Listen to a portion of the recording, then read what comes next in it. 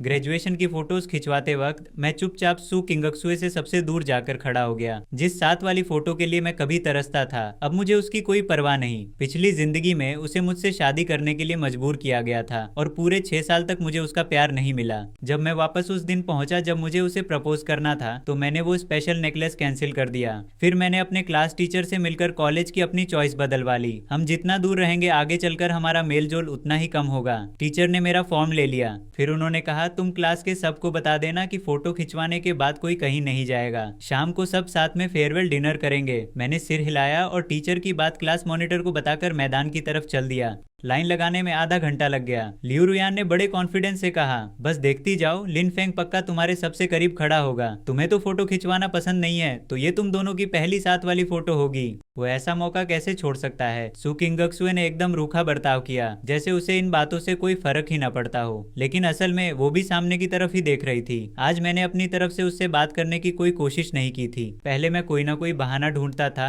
कभी पानी लाने का तो कभी पेन मांगने का, बस उसके करीब जाने के लिए। पर आज मैं एकदम शांत था। शायद वो सोच रही है कि सुबह इंतजार न करने की वजह से मैं नाराज हूँ। वो हर साल मुझे बर्थडे गिफ्ट देता है, इसलिए मैं इस बात को नजरअंदाज कर देती हूँ। जब वो गिफ्ट देगा तब उसके सामने ही खोलकर देखूंगी। लियू रुयान की बात पूरी भी नहीं हुई थी कि सू किंगक्सुए ने मेरी तरफ देखा। मैं झो ये के पास सू किंगक्सुए से सबसे दूर खड़ा था। शायद भीड़ ने मुझे वहां धकेल दिया होगा। तभी सू किंगक्सुए के आसपास का माहौल एकदम ठंडा हो गया, मानो तापमान गिर गया हो। जो करना है करे, उसने रूखेपन से कहा। तभी सू किंगक्सुए के ठीक सामने की जगह दूसरे लड़कों ने घेर ली। लिन फेंग, तू सच में यहाँ खड़ा होना चाहता है? सू किंगक्सुए तो वहां है, तुम दोनों के बीच कितनी दूरी है? झो ये बात समझ गया था। उसने धीरे से कहा, कोई बात नहीं यार, कहीं भी खड़े हो एक ही बात है। तभी फोटोग्राफर चिल्लाया, चलो बच्चों शुरू करते हैं। मैं 1 2 3 बोलूंगा और तुम सब जोर से चीज बोलना। फोटोग्राफर की आवाज के साथ ही फोटो खिंच गई। सू किंगक्सुए मुझे ही देख रही थी और मेरी ये खिली हुई मुस्कान देखकर उसे अंदर ही अंदर थोड़ी चिड़चिड़ाहट होने लगी।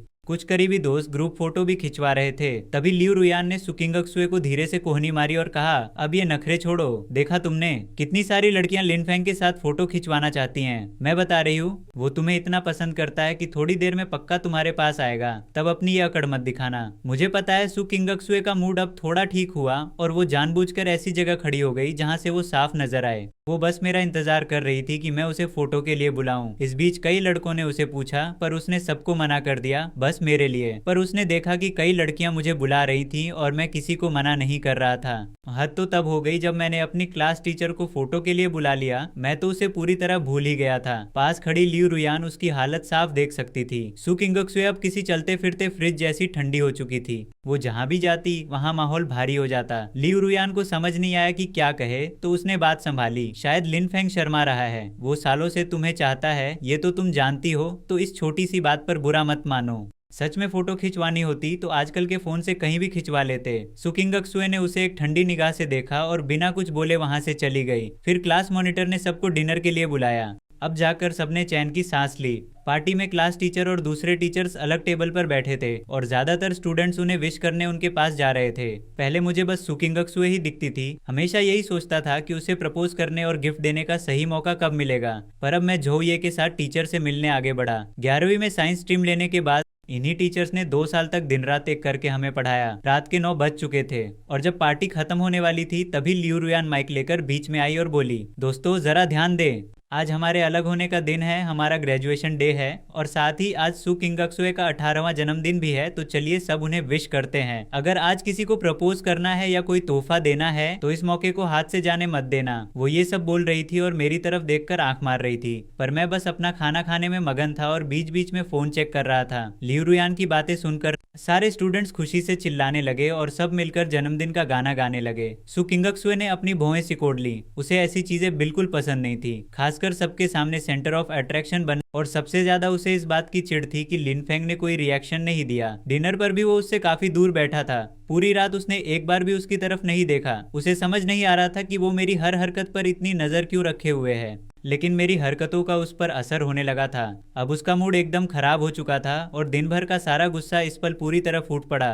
तभी डिनर भी खत्म होने को आया और टीचर्स भी जा चुके थे। सब खुशी खुशी उसके लिए जन्मदिन का गाना गा रहे थे, पर बस लिन फेंग को कोई फर्क नहीं पड़ रहा था। उसने गाना तो दूर मुंह तक नहीं खोला और बस फोन में लगा रहा। उसकी आंखों में गुस्सा साफ झलक रहा था।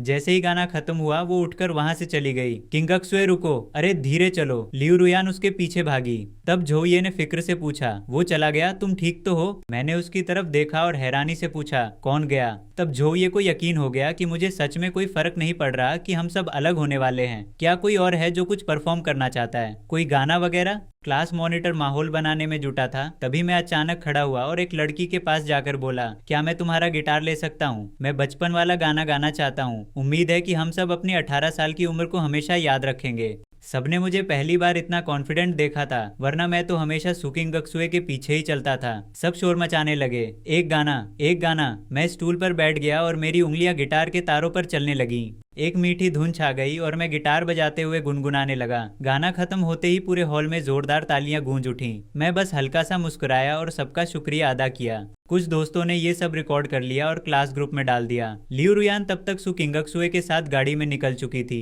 उसने तुरंत ग्रुप में वीडियो देखा और जैसे ही उसे खोला, फोन से मेरी सुरीली आवाज आने लगी और वो एकदम से चिल्ला उठी, ओ तेरी, लिनफेंग की आवाज कितनी कमाल की है। मैं उसे इतने समय से जानती हूँ, पर मुझे पता ही नहीं था कि वो गिटार बजाकर गा भी सकता है। गाना भी बहुत दिल से गाया था। बचपन वाला गाना खत्म होते ही उसने बड़े जोश में कहा, किंगक्सुए, गेम छोड़ो और जल्दी से क्लास ग्रुप देखो। मुझे क्यों लग रहा है कि वो जानबूझकर तुम्हें चिढ़ा रहा है?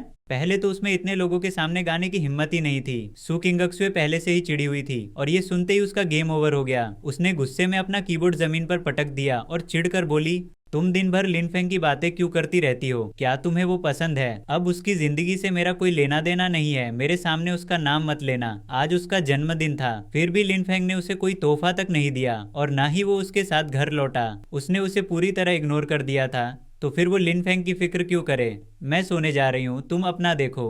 हॉल में अब बस लियू रुयान बची थी, जो बोर होकर अपने घर चली गई।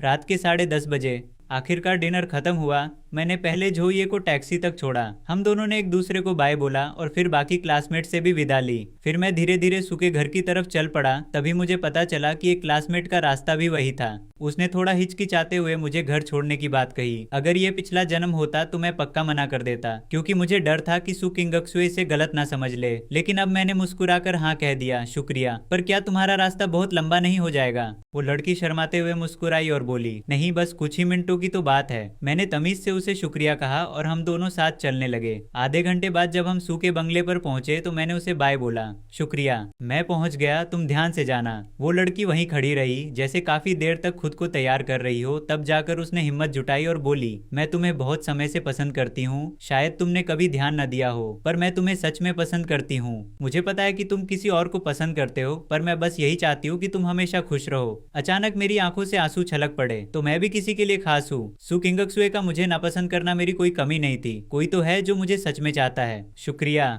मेरी आवाज थोड़ी भर्रा गई थी। तुम पहली क्लासमेट हो जिसने मुझसे अपने प्यार का इजहार किया है। सच में बहुत शुक्रिया। तुम्हारे इस एहसास ने मुझे यह एहसास दिलाया कि मैं भी प्यार के लायक हूँ। उस लड़की ने सोचा भी नहीं था कि सिर्फ इजहार करने से मैं सच में रो पड़ा। उसने हड़बड़ाहट में टिश्यू निकाला और मेरे हाथ में देते हुए मुझे दिलासा दिया। सच तो यह है कि तुम बहुत काबिल हो। तुम बहुत सी लड़कियों का सपना हो। कई क्लासमेट्स तुम्हें चुपके से पसंद करती हैं। लिनफेंग, तुम वाकई बहुत बेहतरीन इंसान हो। मैंने भी बहुत हिम्मत जुटाई थी तुमसे अपने दिल की बात कहने के लिए। अगर आज रात यह मौका नहीं मिलता तो शायद मैं पूरी जिंदगी अपनी बात कभी न कह पाती। मुझे यह मौका देने के लिए शुक्रिया। मैंने अपने आंसू पोंछे और मुस्कुराते हुए दिल से कहा, शुक्रिया। वैसे तुम्हारा नाम क्या है? चलो नंबर एक्सचेंज कर लेते हैं, फिर कभी टाइम मिले तो साथ बाहर चलेंगे। वो लड़की यह सुनकर बहुत खुश हो गई और उसने तुरंत अपना नाम और नंबर बता दिया।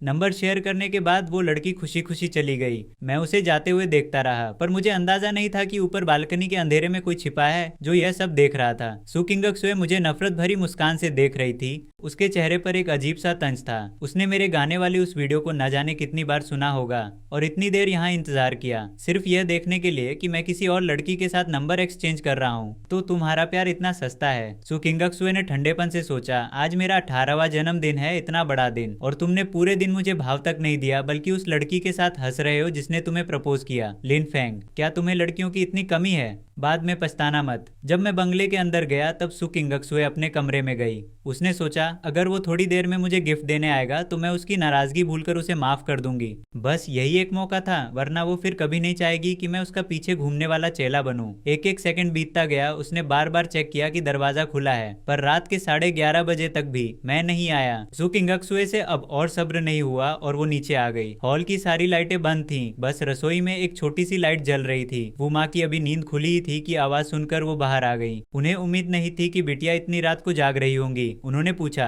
बिटिया आप अभी तक सोई नहीं? फ्रिज में दादाजी वाला केक रखा है, खाएंगी क्या? सू किंगक्सुए ने मना कर दिया। वो माँ ने उबासी लेते हुए पूछा, लिन फेंग कहाँ है? लिन साहब आते ही अपने कमरे में चले गए थे, अब तक सो चुके होंगे। क्या आपको उनसे कोई काम है? जाऊं उन्हें जगाने? वो माँ इतनी नींद में थी कि उन्होंने सू किंगक्सुए का चेहरा नहीं देखा, और जैसे जैसे वो बोलती गईं, सू किंगक्सुए का चेहरा और भी बिगड़ गया और आवाज एकदम ठंडी हो गई। जरूरत नहीं है, मैं खुद ले लूंगी। इतना कहकर वो केक लेने चली गईं। वो माँ नींद में थी, इसलिए उन्हें बस यही लगा कि बिटिया कुछ अजीब व्यवहार कर रही हैं। उन्होंने फिर से टोकते हुए कहा, बिटिया केक मीठा है, रात को थोड़ा ही खाइएगा और जल्दी सो जाइएगा। सू किंगक्सुए को यह सब बड़ा मजाकिया लगा। आज उसने दोस्तों की पार्टी ठुकराई थी और घर वालों की पार्टी को भी मना कर दिया था। वो बस मेरा इंतजार कर रही थी कि मैं उसे बर्थडे गिफ्ट दूं, पर पूरा दिन बीत गया। मैंने उससे एक शब्द तक नहीं कहा, यहाँ तक कि हैप्पी बर्थडे बोलने में भी कंजूसी की। और ऊपर से दूसरी लड़कियों के साथ मैं कुछ ज्यादा ही करीब था। वो बहुत गुस्से में थी, इतनी कि उसे मनाना नामुमकिन था।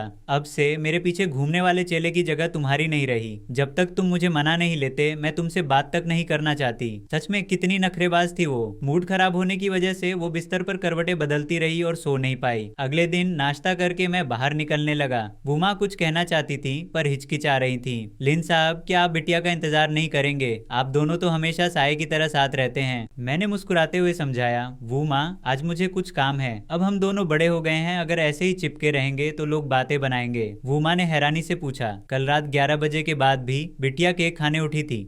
क्या बिटिया को मीठा पसंद नहीं है? मैंने कुछ नहीं कहा, बस इतना कहा कि शायद उनका मन अचानक कर गया होगा। आखिर वो क्या सोचती हैं मैं भला कैसे जानूंगा? उन्हें मीठा पसंद नहीं था ऐसा नहीं है, बस मेरे हाथ का बना मीठा उन्हें पसंद नहीं था। यह बात मैं बहुत पहले समझ चुका था। मेरे बाहर निकलने के कुछ ही देर बाद सू किंगक्सुए जागी। जब वो डाइनिंग टेबल पर बैठी और देखा कि वो अकेली है तो उसने वो माँ से पूछा, लिन फेंग कहाँ है? 9 बज चुके हैं, क्या वो अभी तक नहीं उठा? उसे लगता है कि वो इस घर की बड़ी मालकिन है और नाश्ते के लिए मुझे उसका इंतजार करना ही होगा। सू किंगक्सुए की आवाज में साफ नाराजगी थी। वो माँ बगीचे में पौधों को पानी दे रही थी। सू किंगक्सुए की बात सुनकर उन्होंने जल्दी से अपना काम छोड़ा और अंदर आकर अदब से कहा, बड़ी बिटिया, लिन साहब नाश्ता करके जा चुके हैं। सू किंगक्सुए गुस्से में हंस पड़ी। वो चला गया? अभी तो छुट्टियां शुरू हुई हैं, वो कहाँ जाएगा? वो माँ ने सिर हिलाया। बिटिया, लिन साहब ने तो कुछ नहीं बताया, पर आज वो काफी स्मार्ट लग रहे थे और बहुत खुश भी थे। लगता है कोई खास बात हुई है। सू किंगक्सुए को लगा जैसे ब्रेड उसके गले में फंस गई हो। वाह लिन फेंग, तुम तो बड़े बदल गए। अब ना नाश्ते के लिए मेरा इंतजार करते हो और ना ही जाने से पहले कुछ बताते हो। बस ये सोचकर कि वो शायद उस लड़की के साथ डेट पर गया है जिसने उसे प्रपोज किया था, उसका दम घुटने लगा। गुस्से में उसने दूध का गिलास खत्म किया और उसे जोर से मेज पर पटक दिया। बिटिया, क्या हुआ बिटिया? तबीयत तो ठीक है ना? क्या डॉक्टर को बुलाऊं? वुमा अब भी उनके जवाब का इंतजार कर रही थी। उन्हें अंदाजा नहीं था कि वो इतनी नाराज होंगी, क्योंकि वैसे तो बिटिया थोड़ी अकड़ वाली ही थी, पर वो इतनी जल्दी गुस्सा नहीं करती थी। कुछ नहीं हुआ, सू किंगक्सुए कड़क आवाज में बोली। जाते हुए उसने कुछ कहा, क्या मेरे बारे में पूछा? वुमा ने सिर हिलाया। नहीं लिन साहब, जानते हैं कि बिटिया आपको उनका पीछे पड़ना पसंद नहीं था, इसलिए शायद अब उन्होंने आपको तंग न करने का फैसला किया है। बधाई हो बड़ी बिटिया, आपको वही सुकून मिल गया जो आप चाहती थी। तुम्हें तो पता है कि मैं उसे पसंद नहीं करती, तो मुझे तो खुश होना चाहिए। वो माँ को लगा कि आज बड़ी बिटिया कुछ अजीब लग रही हैं। वो अक्सर इतने सवाल नहीं करती थी। पूरे सू परिवार को पता है कि आप लिन साहब के करीब नहीं हैं। शायद अब उन्होंने आपके दिल का हाल समझ लिया है, इसलिए उनका दूर जाना एक आम बात है। ठीक है, अब तुम जा सकती हो। सू किंगक्सुए ने बात खत्म कर दी, पर मन की घुटन और बढ़ गई। तो दूसरों की नजरों में वो लिन फेंग से नफरत करती है। अब उसने हार मान ली है, इसीलिए स्कूल खत्म होते ही उसने दूर रहने का फैसला कर लिया। ये तो अच्छा ही है, अब वो उसका पीछा छुड़ा सकती है। यही सोचकर उसने लियू रुयान को मॉल चलने को कहा। आखिर गेमिंग कैफे का अपना ही मजा है। लियू रुयान ने सोचा नहीं था कि सू किंगक्सुए का गुस्सा इतनी जल्दी ठंडा हो जाएगा और वो उसे शॉपिंग के लिए बुलाएगी। वो गाड़ी चलाकर उसके घर पहुंची और पीछे मुड़कर पूछा, लिन फेंग कहाँ है?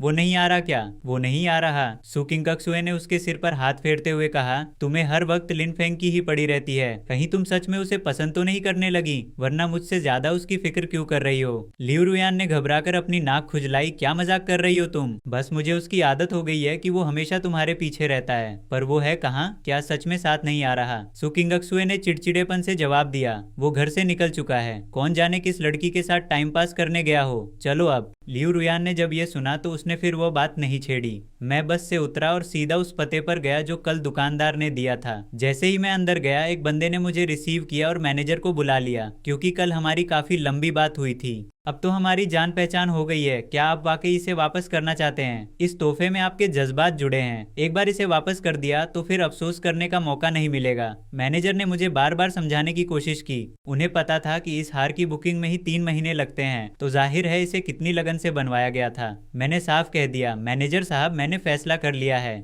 जिस इंसान को मैं ये देना चाहता था अब वो मेरी सोच में नहीं है, तो इसे रखने का कोई मतलब नहीं। मैनेजर ने भी जबरदस्ती नहीं की और कहा, मैं आपकी हालत समझ सकता हूँ, तो हमारी दुकान इसे असली कीमत के 70% पर वापस ले लेगी। शुक्रिया, मुझे उम्मीद नहीं थी कि ऐसा होगा। मैंने फौरन कहा, आपका बहुत बहुत शुक्रिया मैनेजर साहब, दुआ करता हूँ कि आपकी दुकान खूब चले। सच कहूँ तो ये पैसे मेरे लिए बहुत जरूरी हैं। मैनेजर ने मुस्कुराकर कहा, मैं मालिक नहीं, बस मैनेजर हूँ। मालिक मान गए हैं तो भाई थोड़ा इंतजार करो, मैं अभी ये काम करता हूँ। 10 मिनट बाद मुझे 35,000 मिल गए। मैनेजर को शुक्रिया बोलकर मैं सड़क पर घूमने लगा। 2 महीने की छुट्टियों में मुझे कुछ पैसे कमाने के लिए कोई काम ढूंढना था। तभी मेरी नजर एक मिल्क टी की दुकान पर पड़ी, जहाँ समर जॉब के लिए बंदे चाहिए थे। मैनेजर से बात हुई तो तय हुआ कि मुझे 1 घंटे के 20 युआन मिलेंगे। बिना किसी डिग्री के मुझ जैसे टेम्परेरी वर्कर के लिए ये पैसे काफी थे। मैं तुरंत काम पर लग गया। मेरे साथ जो लड़की काम कर रही थी वो भी 12वीं के बाद समर जॉब कर रही थी, और किस्मत देखिए वो वही लड़की थी जिसने कल रात मुझे घर छोड़ा था। अरे लिन फेंग, तुम यहाँ? मुझे लगा तुम्हारा घर उस अमीर इलाके वाले विलाज में है, फिर तुम्हें काम करने की क्या जरूरत? लड़की ने पूछा। मैंने मुस्कुराते हुए सिर हिलाया, नहीं, तुमने गलत समझा, मैं बस वहाँ रहता हूँ, पर वो मेरा घर नहीं है। मैं अनाथ हूँ, मेरे माता पिता नहीं है। इन 2 महीनों में मेरा थोड़ा साथ देना। उस लड़की का नाम लियू शिनी था और वो बहुत शर्मीली थी। उसने बड़ी माफी मांगते हुए कहा, सॉरी, मेरी वजह से तुम्हें पुरानी दुखद बातें याद आ गई। मुझे नहीं पता था कि तुम अनाथ हो। आगे अगर तुम्हें कभी भी मेरी मदद चाहिए हो तो बेझिझक बताना। मैंने बड़े आराम से कहा, कोई बात नहीं, मैं बचपन से ही अकेला हूँ, अब तो इसकी आदत हो गई है। मुझे तो ये भी नहीं पता कि मेरे माँ बाप ने मुझे क्यों छोड़ा। मेरे लिए तो वो बस अजनबी हैं। पिछले जन्म में एक औरत मुझे ढूंढते हुए आई थी, पर मैं सू किंगक्सुए को नहीं छोड़ना चाहता था, इसलिए मैं उनके पास वापस नहीं गया। अनाथालय में बड़ा हुआ था, इसलिए अब मुझे अपनों के प्यार की कोई जरूरत महसूस नहीं होती। हम दोनों बातें करते हुए काम करते रहे और वक्त का पता ही नहीं चला। दोपहर में साथ खाना खाया और रात 9 बजे काम खत्म हुआ। लियू शिनी ने फिर से मुझे घर छोड़ा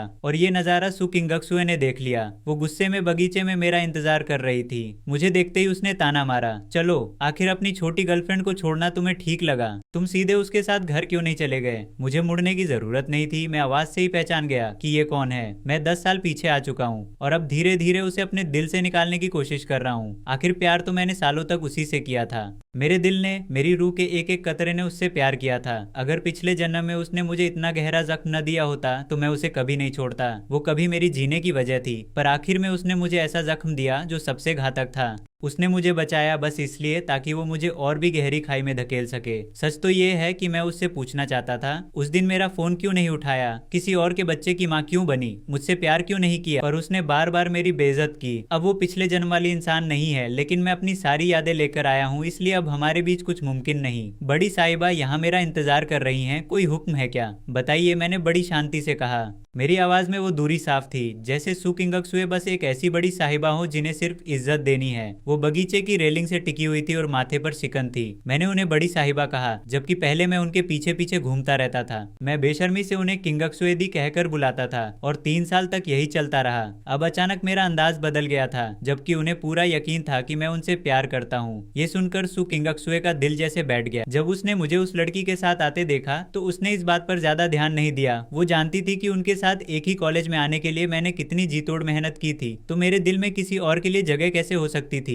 लेकिन इस बार जब उसने मेरी आंखों में देखा तो वहां सिर्फ एक खामोश अंधेरा था। पहले वो बस एक बार पीछे मुड़कर देखती थी और मेरी चमकती आंखों में उसे अपनी ही परछाई दिखती थी। वो एक ऐसी दीवानगी और लगाव था जिसे छुपाया नहीं जा सकता था। क्या सच में वैसा ही हुआ जैसा वू माँ ने कहा था कि लिन फेंग अब उससे प्यार नहीं करता? करता, अब उसके पीछे नहीं पड़ता। तभी शायद वो कल उसका जन्मदिन भूल गया, कोई तोहफा नहीं दिया और आज पूरे दिन उसने एक फोन तक नहीं किया। उसने तो जानबूझकर पूरा दिन उससे दूरी बना ली। अगर वो यहाँ इंतजार न करती तो क्या वो ऐसे ही उसे नजरअंदाज करता रहता? सू किंगक्सुए जितना सोचती उतना ही गुस्सा आता। उसे ऐसा लगा जैसे सीने में कुछ अटक गया हो, जिससे उसका दम घुट रहा था। पूरा दिन भले ही वो लियू रुयान और बाकी दोस्तों के साथ बाहर थी, पर उसके दिमाग में बस मेरा ही ख्याल था। वो बार बार अपना फोन चेक कर रही थी कि शायद मेरा कोई मैसेज आया हो। यहाँ तक कि वो दोपहर 4 बजे ही वापस आ गई। वो तब तक इंतजार करती रही, पर मिला क्या? उसका अंदाज तो अब भी वैसा ही रौबदार था, पर उसकी आवाज में एक अनकही घबराहट थी। अब तुम्हें मुझे बड़ी साहिबा कहना आ गया है? हाई स्कूल के उन 3 सालों क्या तुम मुझे हमेशा किंगक्सुए दी नहीं बुलाते थे?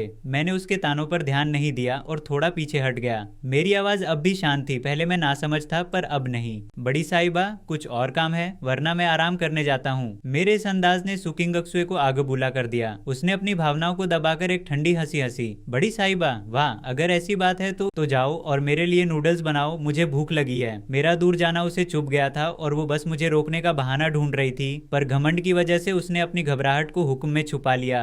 मैंने सिर हिलाया और किचन की तरफ चला गया। पिछले जन्म में 4 साल तक मैंने बस उसी के लिए घर के सारे काम किए थे। उसे क्या पसंद है और क्या नहीं, मुझे सब पता था। जैसे उसे प्याज और अदरक बिल्कुल पसंद नहीं थे, सिरका पसंद नहीं था और आम से एलर्जी थी। उसके बारे में मुझे सब कुछ पता था, पर उसे मेरे बारे में कुछ नहीं। उसकी नज़रों में मैं बस एक बेकार सा इंसान था जो बस उसका पीछा करता रहता था। पर अब अच्छा ही है, जब मैं पूरी तरह चला जाऊंगा तो वो मुझे आसानी से छोड़ देगी। 5 मिनट बाद मैं गर्मा गर्म नूडल्स लेकर बाहर आया, जिसमें एक अंडा और सॉसेज भी था।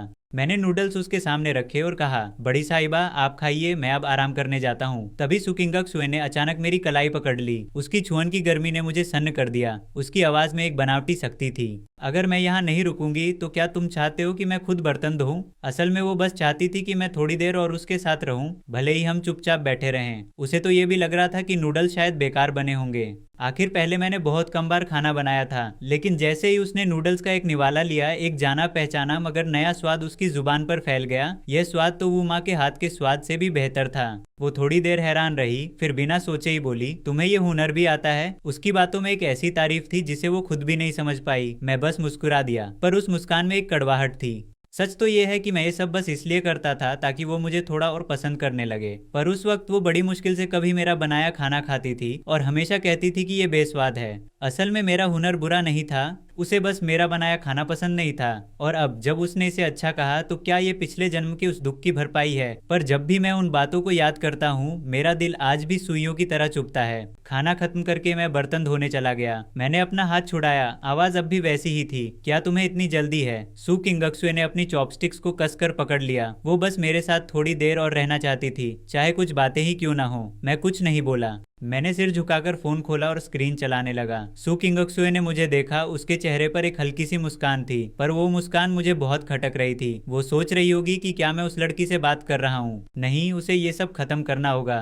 कल हम बीजिंग लौटेंगे। वैसे भी ग्रेजुएशन हो चुका है और कॉलेज भी बीजिंग में ही है। सू किंगक्सुए ने चॉपस्टिक्स को कसकर पकड़ लिया, अपने गुस्से को दबाने की कोशिश करते हुए, पर उसकी आवाज में ऐसी सख्ती थी कि कोई सवाल ही न कर सके। मैं हैरानी से उसे देखने लगा। पिछले जन्म में हम इस वक्त बीजिंग नहीं गए थे। मैंने बिना सोचे ही मना कर दिया, क्या मैं नहीं चल सकता? मेरा यहाँ कुछ काम है, आप और वो माँ चले जाइए। और मेरा कॉलेज बीजिंग में है ही नहीं, बल्कि वहाँ से बहुत दूर है। मैं समझ नहीं पा रहा था कि वो अचानक बीजिंग क्यों लौटना चाहती है। पहले वो भले ही बहुत घमंडी और नखरेबाज थी, लेकिन वो कभी बिना बात के ऐसा गुस्सा नहीं करती थी। मैं तुमसे पूछ नहीं रही हूँ, तुम्हें मना करने का कोई हक नहीं है। सू किंगक्सुए की आवाज और ठंडी हो गई। अगर कोई काम है तो मुझे बता दो, मैं संभाल लूंगी। उसे लगा कि अब वो नूडल्स उसके गले से नहीं उतर रहे। क्या लिन फेंग उस लड़की की वजह से बीजिंग नहीं जाना चाहता? पर आज मैं अपनी जिद पर अड़ा था।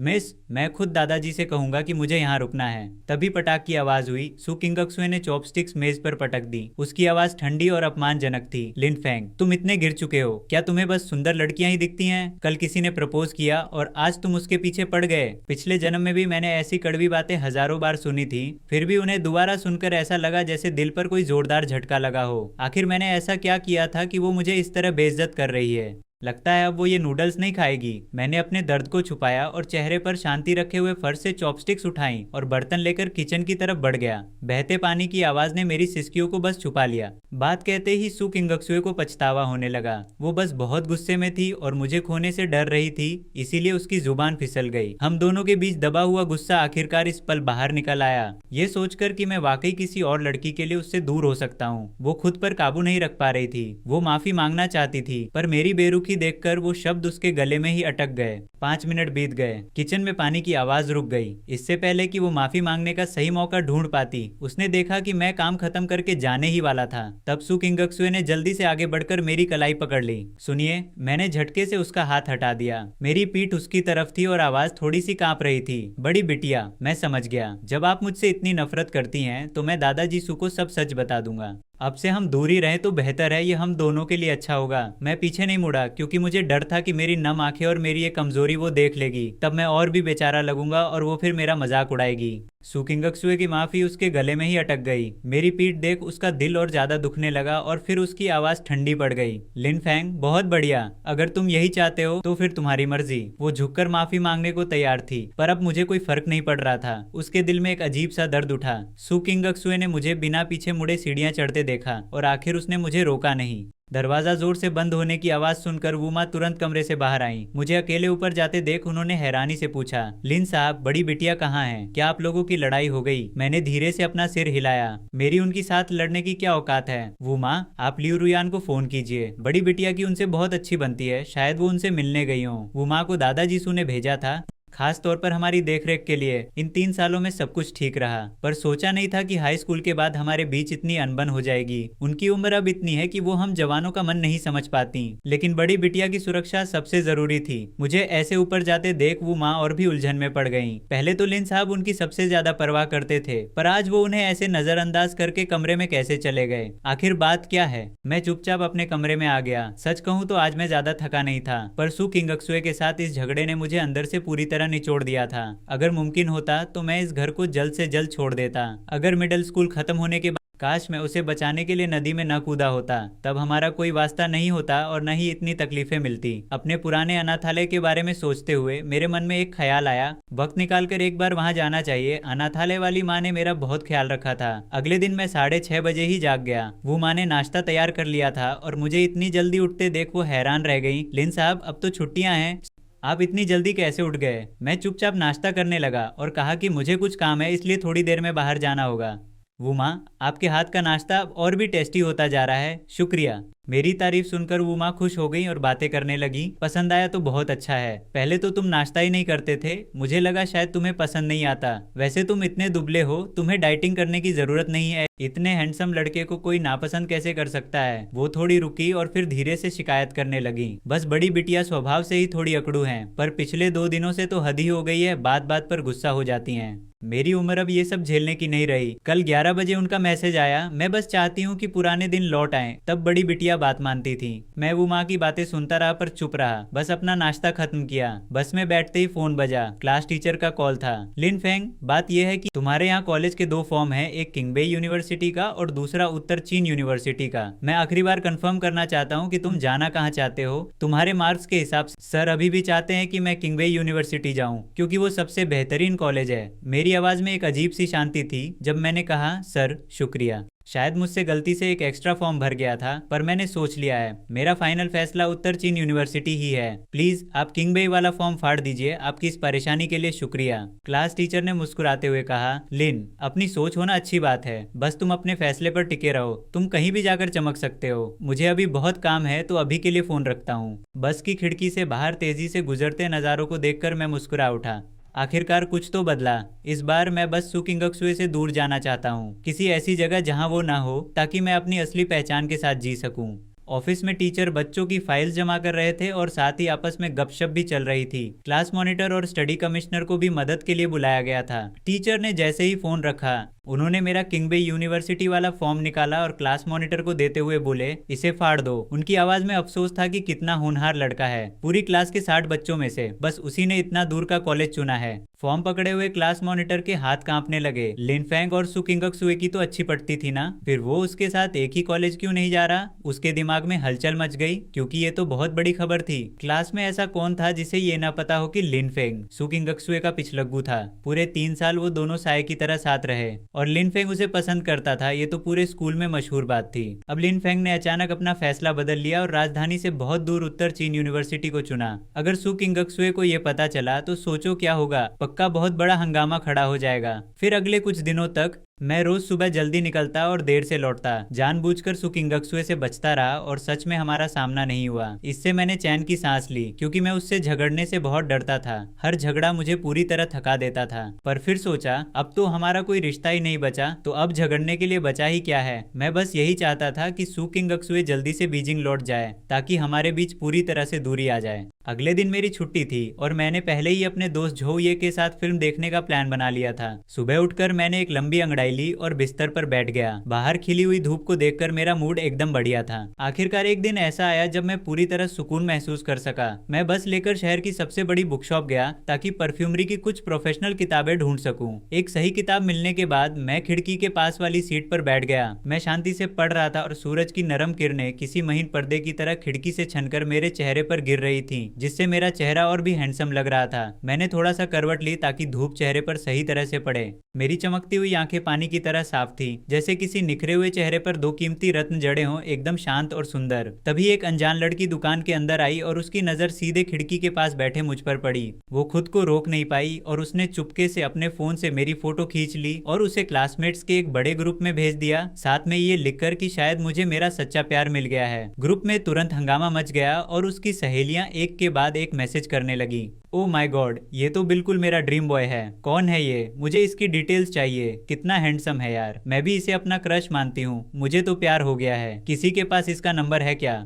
इतना हैंडसम कैसे हो सकता है यार? कौन से कॉलेज से है? पहले मेरी नजर उस पर पड़ी क्यों नहीं? कोई उसका नाम और क्लास बताओ, मैं अभी बुक शॉप जा रही हूँ। ग्रुप में मैसेज की बाढ़ आ गई थी। कुछ लोगों ने तो उस फोटो को अपना वॉलपेपर बना लिया। लियू रुयान उस वक्त सु किंगक्सुए के साथ थी और उसका फोन लगातार बज रहा था, जिससे वो चिढ़ गई और उसने ग्रुप मैसेज खोले। और जैसे ही उसने लिनफेंग की वो फोटो देखी, उसने एक सीटी बजाई और तेजी से सु किंगक्सुए के पास गई, जो अभी भी ड्राइविंग प्रैक्टिस कर रही थी। किंगक्सुए, जरा ग्रुप के मैसेज तो देखो। क्या तुम्हें नहीं लगता कि तुम्हें इसे संभालना चाहिए? तभी सु किंगक्सुए ने गाड़ी स्टॉप पर रोकी। उसने गाड़ी से पानी की बोतल उठाई और बेपरवाही से कहा, मुझे इसमें पढ़ने की क्या जरूरत है, तुम ही देख लो। असल में पिछले कुछ दिनों से वो खुद को बहुत बेकाबू महसूस कर रही थी, इसलिए अपना ध्यान भटकाने के लिए उसने ड्राइविंग सीखना शुरू किया था। वो फिर से अपने उसी पुराने बेपरवाह अंदाज में लौट आई थी। जब लिनफेंग को उसकी परवाह ही नहीं है तो वो क्यों उसके पीछे पड़ी रहे? लियू रुयान ने मुस्कुराते हुए फोन आगे बढ़ाया और कहा, मैं तो संभालना चाहती हूँ, पर ये बंदा अब मेरे बस में नहीं है, और अगर मैंने वाकई कुछ किया तो शायद तुम मुझसे नाराज हो जाओगी। वैसे सच कहूँ तो मैंने अभी गौर किया कि लिनफेंग और भी ज्यादा हैंडसम होता जा रहा है। उसकी बात अभी पूरी भी नहीं हुई थी कि सु किंगक्सुए ने उसके सिर पर एक जोरदार चपत लगा दी। तुम्हारी जबान बहुत चलती है। सु किंगक्सुए का चेहरा सख्त हो गया और उसने ठंडे लहजे में कहा, आगे से मेरे सामने उसका नाम मत लेना, मेरा उससे कोई लेना देना नहीं है। इतना कहकर वो मुड़ी और वापस ड्राइवर की सीट पर बैठ गई। वो उसे एक और चपत लगाने ही वाली थी। लियू रुयान को उसकी इस आदत का पता था कि वो जो कहती है असल में उसका उल्टा सोचती है, इसलिए उसने जानबूझकर ग्रुप के मैसेज पढ़ने शुरू किए। तो इसका नाम लिनफेंग है। कितना हैंडसम है यार, मैं तो अभी बुक स्टोर जाकर इसका नंबर मांगती हूँ। मेरा ड्रीम बॉय कितना हैंडसम है। बुक स्टोर है ना, मैं तो अभी वहीं जाकर उससे मिलने का बहाना ढूंढती हूँ। ये सुनते ही सु किंगक्सुए अचानक रुक गई और आखिर में उसने लियू रुयान का फोन छीन लिया और एक एक करके सारे मैसेज पढ़ने लगी। आखिर में उसकी नजर उसी तस्वीर पर जाकर रुक गई। मैंने बस एक सिंपल सी नीली जैकेट और जीन्स पहनी थी, लेकिन उसमें एक ऐसा निखार था जो पहले कभी नहीं था। ऐसा लग रहा था जैसे मैं पहले से और भी ज्यादा हैंडसम हो गया हूँ। पर सच तो यह है कि मैं हमेशा से हैंडसम था, बस पहले मैं हमेशा उसके पीछे सिर झुकाए डर डर के चलता था, इसलिए किसी ने मेरी तरफ गौर ही नहीं किया। सु किंगक्सुए का चेहरा और भी सख्त होता गया और उसकी उंगलियां तेजी से स्क्रीन पर चलने लगी। उसने ग्रुप में एक धमकी भरा मैसेज भेजा, सब लोग लिनफेंग की वो फोटो अभी की अभी डिलीट करो। तुम लोग उसकी प्राइवेसी के साथ खिलवाड़ कर रहे हो, और अगर डिलीट नहीं किया तो अंजाम भुगतने के लिए तैयार रहो। मुझे कोई दिक्कत नहीं होगी अगर मेरे वकील एक एक करके तुम सबसे बात करें। ग्रुप में एकदम सन्नाटा छा गया। सब जानते थे कि सु किंगक्सुए एक रसूखदार खानदान की बेटी है और उससे पंगा लेना सबके बस की बात नहीं थी।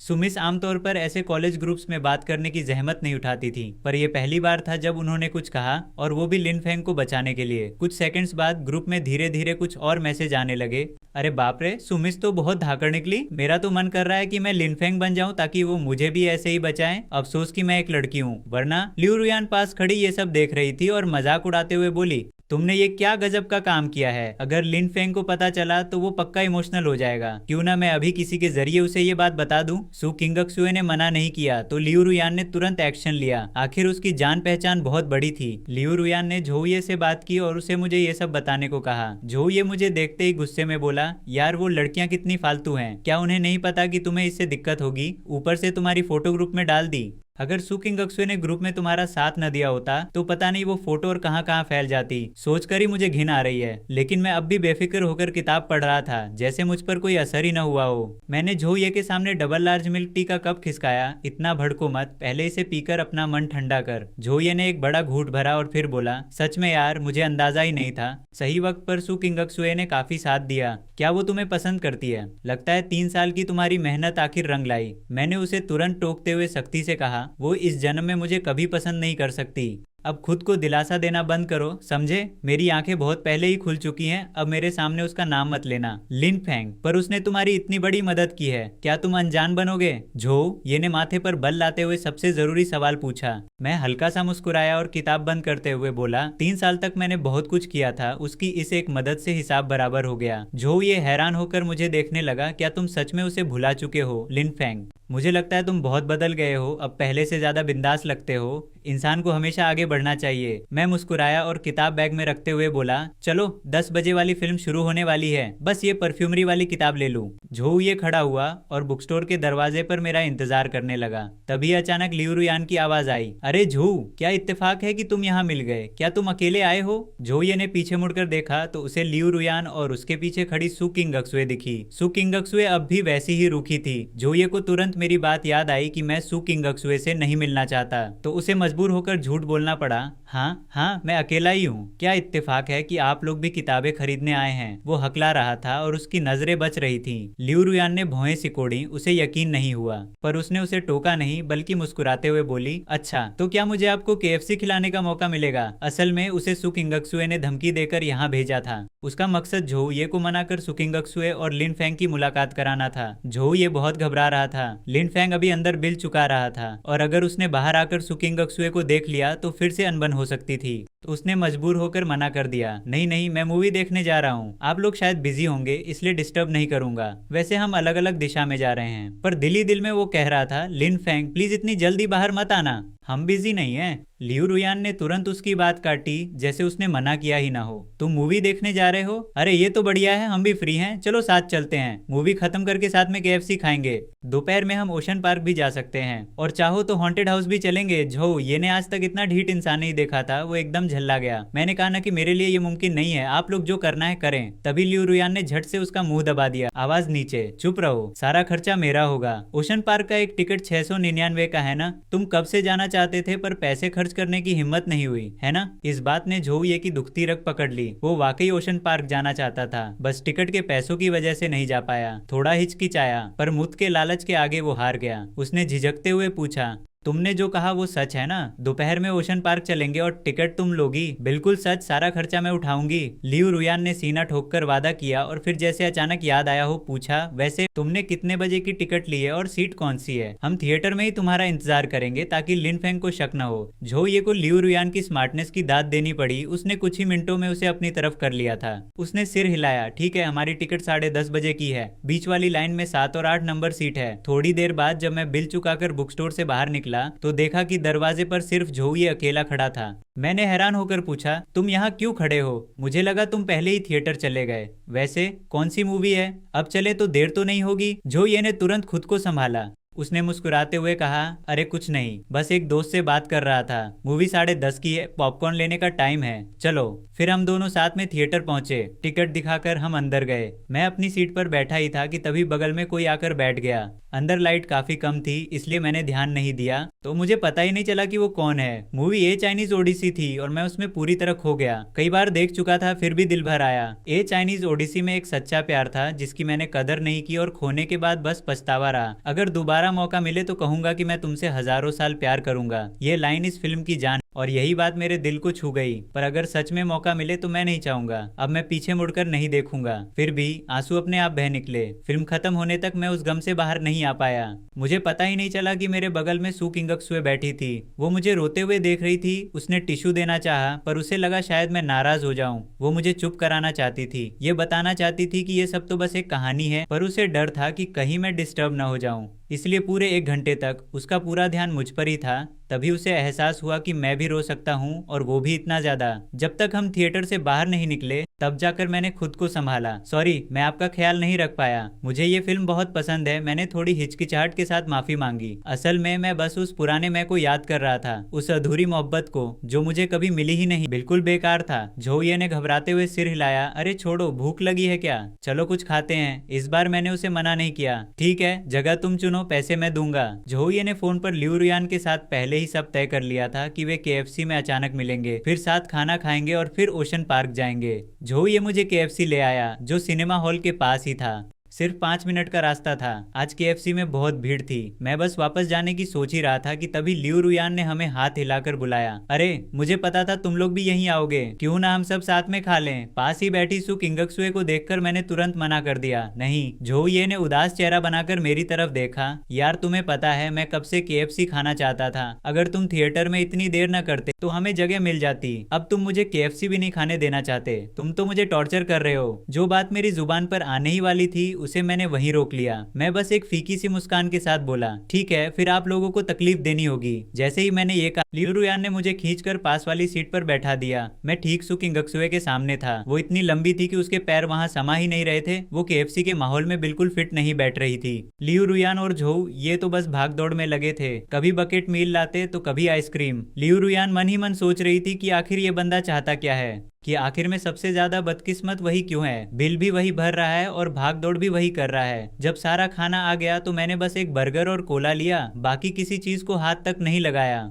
तुम खा क्यों नहीं रहे? लियू रुयान ने चिकन खाते हुए पूछा। मैंने मुस्कुराकर कहा, सामने एक चलता फिरता फ्रीजर बैठा हो तो कोई कैसे खा सकता है? ऐसे देख रही है जैसे मैंने उसके पैसे उधार लिए हों। वैसे आगे का क्या प्लान है? लियू रुयान ने माहौल हल्का करने की कोशिश की। तब झोये ने जैसे तैसे बात छेड़ी, हम दोपहर में ओशन पार्क जाना चाहते हैं, तुम लोग भी साथ चलोगे क्या? मैंने मुस्कुराकर सिर हिला दिया, पर मन ही मन में कुछ और सोच रहा था। मुझे लगा सू किंगक्सुए हमारे साथ ओशन पार्क चलेगी, पर वो पक्का कहती कि इतनी बोरिंग जगह मैं कभी नहीं जाऊंगी। लियू रुयान ने तुरंत हामी भर दी। हाँ चलो, वैसे भी हम कभी नहीं गए, साथ चलना सही रहेगा। तभी उसने सू किंगक्सुए को हल्के से टोकते हुए कहा, है ना मेरी बड़ी मेम साहब, आप साथ चलेंगी या नहीं? कुछ तो बोलिए। सू किंगक्सुए का अंदाज इस जगह के लिए बिल्कुल फिट नहीं था। वो ऐसी नहीं लगती थी जो केएफसी खाए। उसने सलीके से अपने हाथ पोंछे और कहा, ठीक है साथ चलते हैं, वैसे भी मैं खाली हूँ। इतना जबरदस्ती, आखिर जाना क्यों है? मैंने झोये की तरफ देखा। यार फिर कभी चलें, आज मुझे कुछ जरूरी काम आ गया है।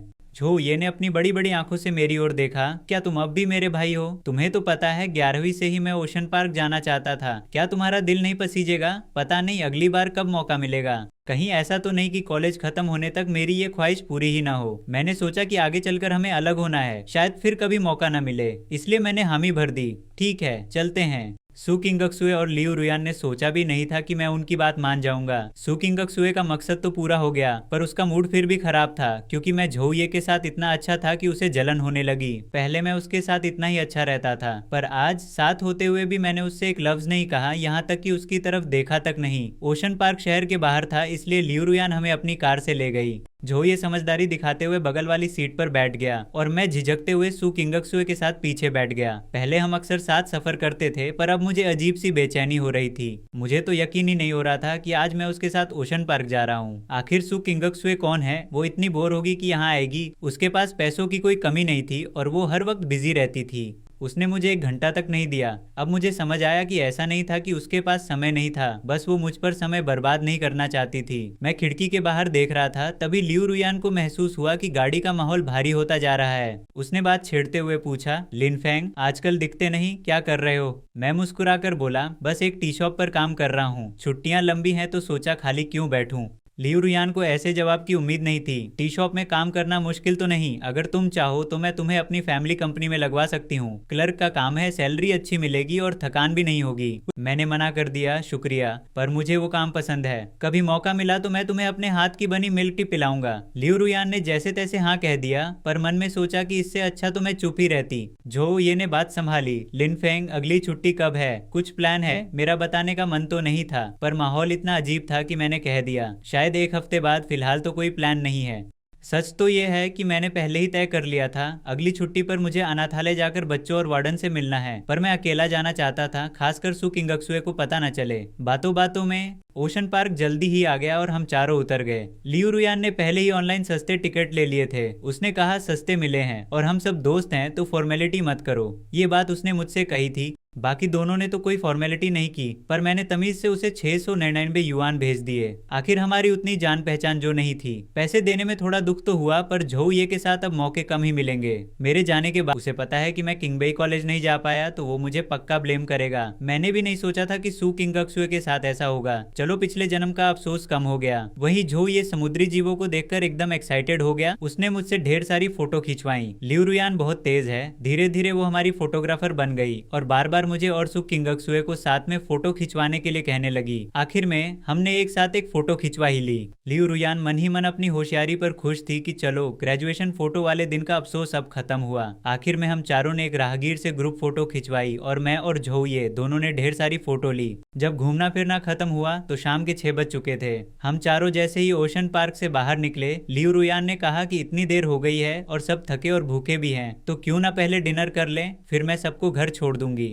सू किंगक्सुए ने एक शब्द भी नहीं बोला। लियू रुयान जो भी कह रही थी वो बस हाँ मिला रही थी। मैं तो हैरान था कि ये बड़ी मैडम इतनी आसानी से कब से मानने लगी। वहीं झोउ ये तो एकदम तैयार था। वो बोला, भाई मुझे बहुत भूख लगी है। अब तो वो कह रहा था कि पूरा हाथी खा सकता है। मुझे भी कोई दिक्कत नहीं थी, आखिर इतने समय से साथ थे तो अब मना करना भी बेकार के नखरे जैसा लगता। फिर लियू रुयान हमें एक प्राइवेट रेस्टोरेंट में ले गई जहाँ का लॉबस्टर वाकई बहुत लाजवाब था। आज तो तुम सबकी किस्मत अच्छी है। लियू रुयान खाने पीने और मौज मस्ती में एकदम बेपरवाह है। उसने तो बस एक बार इशारा किया और ढेर सारे लॉबस्टर और बीफ ऑर्डर कर दिए। तुम लोगों को और कुछ चाहिए तो खुद ऑर्डर कर लो, या अगर किसी चीज से परहेज है तो पहले बता दो। लियू रुयान हर बात का इतना ख्याल रख रही थी कि अच्छा लग रहा था। मुझे कोई दिक्कत नहीं थी तो मैंने बस सिर हिला दिया। वैसे सू किंगक्सुए को तीखा पसंद नहीं है और उसे झींगे छीलना भी पसंद नहीं है, पर अब मुझे इन सब बातों से कोई फर्क नहीं पड़ता। लियू रुयान ने जो ऑर्डर किया वो मेरी पसंद का था। थोड़ी देर में खाना आ गया और मुझे इतनी भूख लगी थी कि मैं बस अपने खाने में मगन हो गया। मैंने सू किंगक्सुए की तरफ देखा तक नहीं। वो अपने सामने रखे झींगों को बड़ी चिढ़ से देख रही थी। शायद सिर्फ मैं ही उसकी आंखों की ये झल्लाहट पढ़ सकता था। शुक्र है कि लियू रुयान ने कुछ और भी ऑर्डर किया था। सू किंगक्सुए को जैसे तैसे ही खाना पड़ा, क्योंकि यहाँ का खाना काफी तीखा और मसालेदार था। लगभग हर डिश में प्याज, लहसुन और धनिया था। अगर पहले की बात होती तो मैं वेटर को उसकी पसंद के हिसाब से सब साफ साफ बता देता, पर अब मैं ऐसा नहीं करूंगा। जब वो खुद कुछ नहीं बोल रही तो मैं क्यों फालतू की मेहनत करूं। हम चारों खाना खा रहे थे, बस सू किंगक्सुए का चेहरा रूखा था। बाकी तीनों मजे से खा रहे थे। वापस जाते वक्त पहले झोउ को छोड़ दिया, फिर बस मैं और सू किंगक्सुए बचे। इतने समय बाद ये पहली बार था कि सू किंगक्सुए मेरे साथ घर जा रही थी। लियू रुयान अपनी गाड़ी लेकर निकल गई और मैं आगे चल रहा था और सू किंगक्सुए मेरे पीछे पीछे विला में आई। तुम पार्ट टाइम काम क्यों कर रहे हो? अगर पैसे नहीं थे तो मुझसे क्यों नहीं कहा? आज उसने पहली बार मुझसे बात की थी। मैं वहीं रुक गया। मैं पलटा और उसकी तरफ देखते हुए बोला, मेरे पास पैसों की कमी नहीं है, बस जिंदगी को करीब से देखना चाहता हूँ। आपने कभी मेरे तौर तरीकों को समझा ही नहीं। हम दोनों आखिर एक ही दुनिया के इंसान नहीं है। नौकरी छोड़ दीजिए, अगर आप काम करना चाहती हैं तो मैं आपके लिए कुछ इंतजाम कर सकती हूँ। सू किंगक्सुए अपने उसी पुराने अंदाज में मेरा भला करने की कोशिश कर रही थी। मैंने सिर हिलाया और कहा, शुक्रिया बड़ी मैडम, लेकिन मुझे अपना काम बहुत पसंद है। आज मैं बहुत थक गया हूँ, मैं ऊपर जा रहा हूँ। सू किंगक्सुए मुझे जाते हुए देखती रही और उसकी भौहें और तन गईं। साफ था कि वो मेरे भले के लिए बोल रही थी। फिर भी मैं इतना चिढ़ा हुआ क्यों था? वो पहले की तरह मेरी बात क्यों नहीं मान रहा? क्या अब मैं उसे पसंद नहीं आता? तभी उसका फोन बज उठा। स्क्रीन पर देखा तो दादाजी का कॉल था और उसकी आवाज में तुरंत अपनापन आ गया। दादाजी, इतनी रात को आप अभी तक सोए नहीं? सू दादाजी मुस्कुराए और बोले, बस अभी दवा ली है, बस अब लेटने ही वाला था। बहुत दिन हो गए तुम्हें देखे हुए। अब तो तुम्हारी 12वीं भी खत्म हो गई है और छुट्टियां भी हैं, फिर भी तुम दादाजी से मिलने नहीं आई। बताई। असल में सू किंगक्सुए जाना चाहती थी पर मेरे साथ रहने के चक्कर में नहीं जा पाई। उसने बात संभालते हुए कहा, दादाजी मैं आजकल ड्राइविंग सीख रही हूँ, जैसे ही लाइसेंस मिलेगा लियू रुयान के साथ आपसे मिलने आऊंगी। तभी सू दादाजी की आवाज गंभीर हो गई। सच तो यह है कि मुझे तुमसे कुछ कहना है, अब तुम बड़ी हो गई हो। सुशी के वारिस होने के नाते अब तुम्हें कुछ खास ट्रेनिंग और इम्तिहानों से गुजरना होगा। सू किंगक्सुए जानती थी कि ये उसकी जिम्मेदारी है जिससे वो बच नहीं सकती, इसलिए उसने तुरंत कहा, दादाजी मैं कल ही आपसे मिलने आऊंगी। सू दादाजी राजी होकर बोले, ठीक है मैं यहीं तुम्हारा इंतजार करूंगा। फिर सू किंगक्सुए ने झिझकते हुए पूछा, दादाजी क्या लिन फेंग यहाँ रुकना चाहता है? वो असल में चाहती थी कि मैं उसके साथ चलूं। सू दादाजी ने एक ठंडी आ भरी, किंगक्सुए सियाओ फेंग हमारे परिवार का हिस्सा नहीं है, वो कहाँ जाना चाहता है ये उसकी अपनी मर्जी है, सब कुछ उसी पर निर्भर करता है। जब तक वो खुद ना चाहे मैं बस उसे फोन करके पूछ सकता हूँ। सू दादाजी सब अच्छी तरह समझते थे, वरना हम दोनों का रिश्ता तो सबसे अच्छा था ना, पर अब उन्हें बीच में पड़ना पड़ रहा है। दादाजी अगर मैं चाहती हूँ कि वो मेरे साथ आए तो? सू किंगक्सुए की बात सुनकर दादाजी उसका दिल समझ गए। एक काम करते हैं, मैं उससे पूछकर तुम्हें बताता हूँ। और जल्द ही सू दादाजी ने मुझे वीडियो कॉल किया। मैं उस वक्त अपनी मेज पर बैठकर आज खरीदी हुई किताबें देख रहा था, तो अचानक कॉल आने पर मैं थोड़ा चौंक गया, पर फिर भी मैंने तमीज से कहा, दादाजी आप अभी तक सोए नहीं? सू दादाजी मुस्कुराते हुए बोले, बस अभी दवा पी है, अब सोने ही वाला हूँ। वैसे तुम्हारा और किंगक्सुए का हालचाल कैसा है? कोई झगड़ा तो नहीं हुआ ना? मैंने सिर हिलाकर मना कर दिया। दादाजी हम बिल्कुल ठीक हैं, यहाँ सब बढ़िया है, आप फिक्र मत कीजिए। तभी दादाजी ने बात बदलते हुए मेरे एग्जाम्स के बारे में पूछा, तो फिर एग्जाम कैसा रहा? क्या तुम्हारा एडमिशन किंगक्सुए वाले कॉलेज में ही हुआ है? मैं बस कुछ पल के लिए चुप हो गया। मैंने सिर उठाकर गंभीरता से कहा, दादाजी मैं आपसे झूठ नहीं बोलना चाहता, मैंने किंगक्सुए के साथ एक ही कॉलेज में एडमिशन नहीं लिया है। मैं थोड़ा रुका और फिर बोला, मैं जानता हूँ कि आप मुझे ऑर्फनेज से सुपरिवार में क्यों लाए थे। आप चाहते थे कि मैं उम्र भर किंगक्सुए के साथ रहूं और अगर हमारी शादी न हो पाए तो कम से कम उसका सबसे अच्छा असिस्टेंट तो बनूं। आखिर मैं तो एक अनाथ था और आपने मुझे सब कुछ दिया, मुझे तो बस आपका शुक्रगुजार होना चाहिए था। पर सारी गड़बड़ पिछले जन्म में शुरू हुई जब नशे की हालत में मैं और वो करीब आए। उसके बाद सब बदल गया, मेरी जिंदगी अपने रास्ते से भटक गई और मेरी कोई वैल्यू नहीं रही। इतने सालों तक मैंने इतनी मेहनत की, लेकिन आखिर में मैं बस घर का एक नौकर बनकर रह गया। पत्नी ने मुझे कभी भाव नहीं दिया और 6 साल की शादी के बाद भी हमारी कोई औलाद नहीं थी। सच तो ये है कि मैं एक मजाक बनकर रह गया था, पर अब खुदा ने मुझे एक और मौका दिया है। इस बार मैं खुद फैसला करना चाहता हूँ। दादाजी ने दुनिया देखी थी, फिर भी मेरी बातें सुनकर वो दंग रह गए। काफी देर बाद उन्होंने पूछा, लिन फेंग क्या तुमने सोच लिया है? क्या तुम वाकई ऐसा करना चाहते हो? अगर अभी भी पछतावा हो रहा है तो समय है। मेरी आवाज ठंडी थी लेकिन लहजा एकदम साफ था। सू दादाजी मैंने सब सोच लिया है। किंगक्सुए इतनी काबिल हैं कि उन्हें मेरी कोई जरूरत नहीं है। इन 3 सालों में सुपरिवार ने मेरा जो ख्याल रखा उसके लिए शुक्रिया। अगर आप चाहें तो मैं कल ही घर ढूंढकर यहाँ से निकल सकता हूँ। दादाजी काफी देर तक चुप रहे, फिर धीरे से बोले, लिन फेंग मैं तुम्हारे फैसले की इज्जत करता हूँ। सुपरिवार की पुरानी हवेली वही है, वो हमेशा तुम्हारा घर रहेगी। किंगक्सुए की फिक्र मत करो, मैं कल ही उसे अपने पास बुला लूंगा ताकि तुम्हें कोई परेशानी न हो। बस अगर तुम दोनों के बीच कोई बात अधूरी है तो उसे साफ कर लेना बेहतर होगा ताकि बाद में कोई मलाल न रहे। सू दादाजी की बातों ने मेरा दिल छू लिया। सच तो यह है कि मैं हमेशा से अपना एक घर चाहता था। पहले मुझे लगता था कि जहाँ सू किंगक्सुए होगी वही मेरा घर होगा।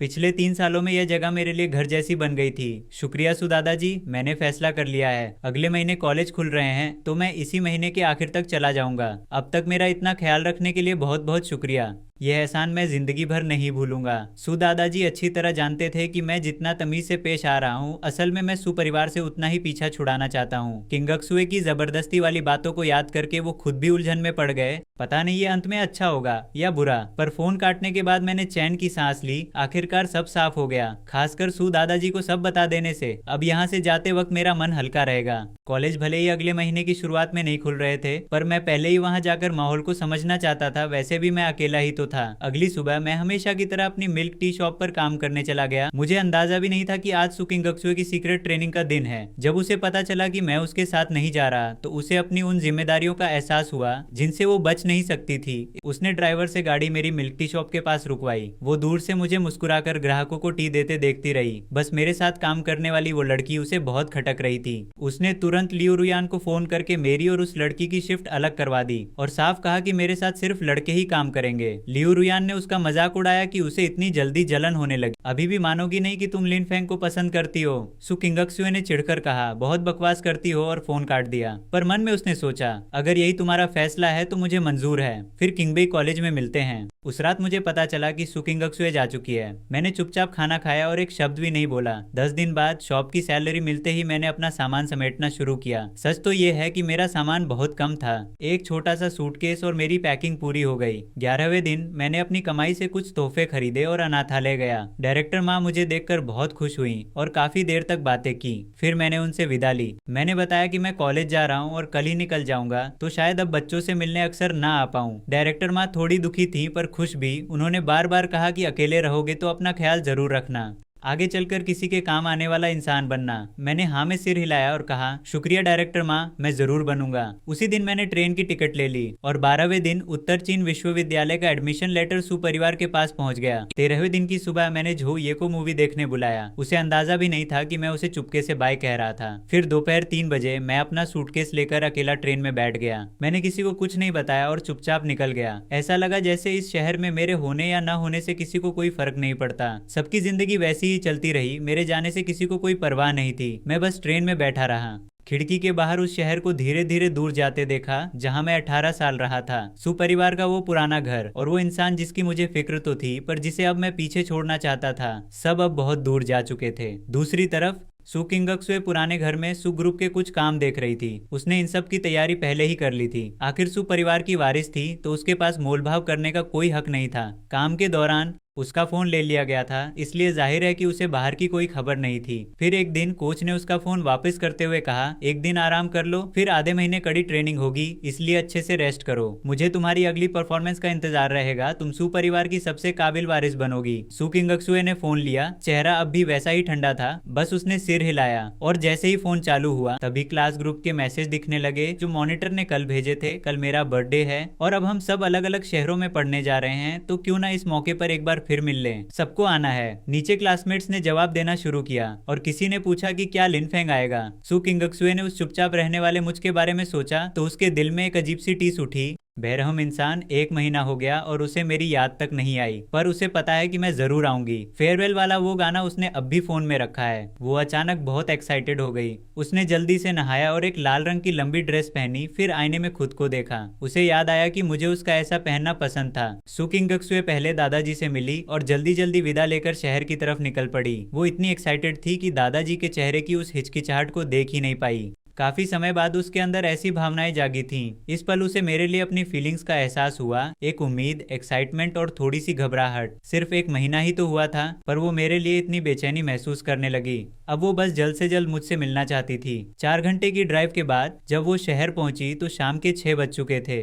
लियू रुयान चौराहे पर उसका इंतजार कर रही थी। मिलते ही उसने उसे ऊपर से नीचे तक देखा और बोली, 1 महीना हो गया यार, काफी बदल गई हो। सही है, एकदम सही। उसके सामने सिर्फ लियू रुयान ही थी जो इतनी बेबाकी से मजाक कर सकती थी। ओहो, इतना सज धज कर आई हो, तुम्हें ऐसा देखना तो बहुत मुश्किल है। कहीं ऐसा तो नहीं कि मुझे देखने के लिए इतना सुंदर बनी हो। सु किंगक्सुए ने अपनी आदत के मुताबिक उसके सिर पर एक हल्का सा थप्पड़ मारा और कहा, ज्यादा बकबक मत कर, जल्दी गाड़ी चला। लियू रुयान ने हंसते हुए गाड़ी स्टार्ट की और बोली, इतनी जल्दी क्या है, बस किसी खास से मिलना चाहती हो ना, थोड़ा सब्र रखो। आज मॉनिटर ने कहा था कि सबको आना है। लिन फेंग सबका चहेता है, वो पक्का आएगा। सु किंगक्सुए कार की खिड़की से बाहर गुजरते नजारों को देख रही थी। उसके मन में अजीब सी हलचल थी। वो मुझसे 1 महीने से अलग थी। मिलने के बाद से यह पहली बार था जब हम इतने लंबे समय तक दूर रहे। पहले तो मैं हमेशा एक परछाई की तरह उसके पीछे घूमता रहता था। पूरे 3 साल तक उसे लगा कि वो मुझसे चिढ़ती है, पर उसने सोचा भी नहीं था कि आज वो मुझसे मिलने के लिए इतनी बेचैन होगी। उधर प्राइवेट रूम में ज्यादातर दोस्त पहुंच चुके थे और माहौल एकदम जम गया था। लियू रुयान और सु किंगक्सुए के आते ही वहां हलचल मच गई। सबको लगा था कि वो नहीं आएंगी क्योंकि मैं भी नहीं आया था। आखिर सबकी नजरों में हम तीनों हमेशा एक साथ ही रहते थे। पहले मैं हमेशा सु किंगक्सुए के पीछे पीछे घूमता था। अरे लियू रुयान, सु किंगक्सुए, हमें लगा तुम लोग नहीं आओगे। देर हो गई यार, 6 बजे का टाइम था और अब 6:30 बज रहे हैं। चलो पहले सजा के तौर पर एक ड्रिंक पियो।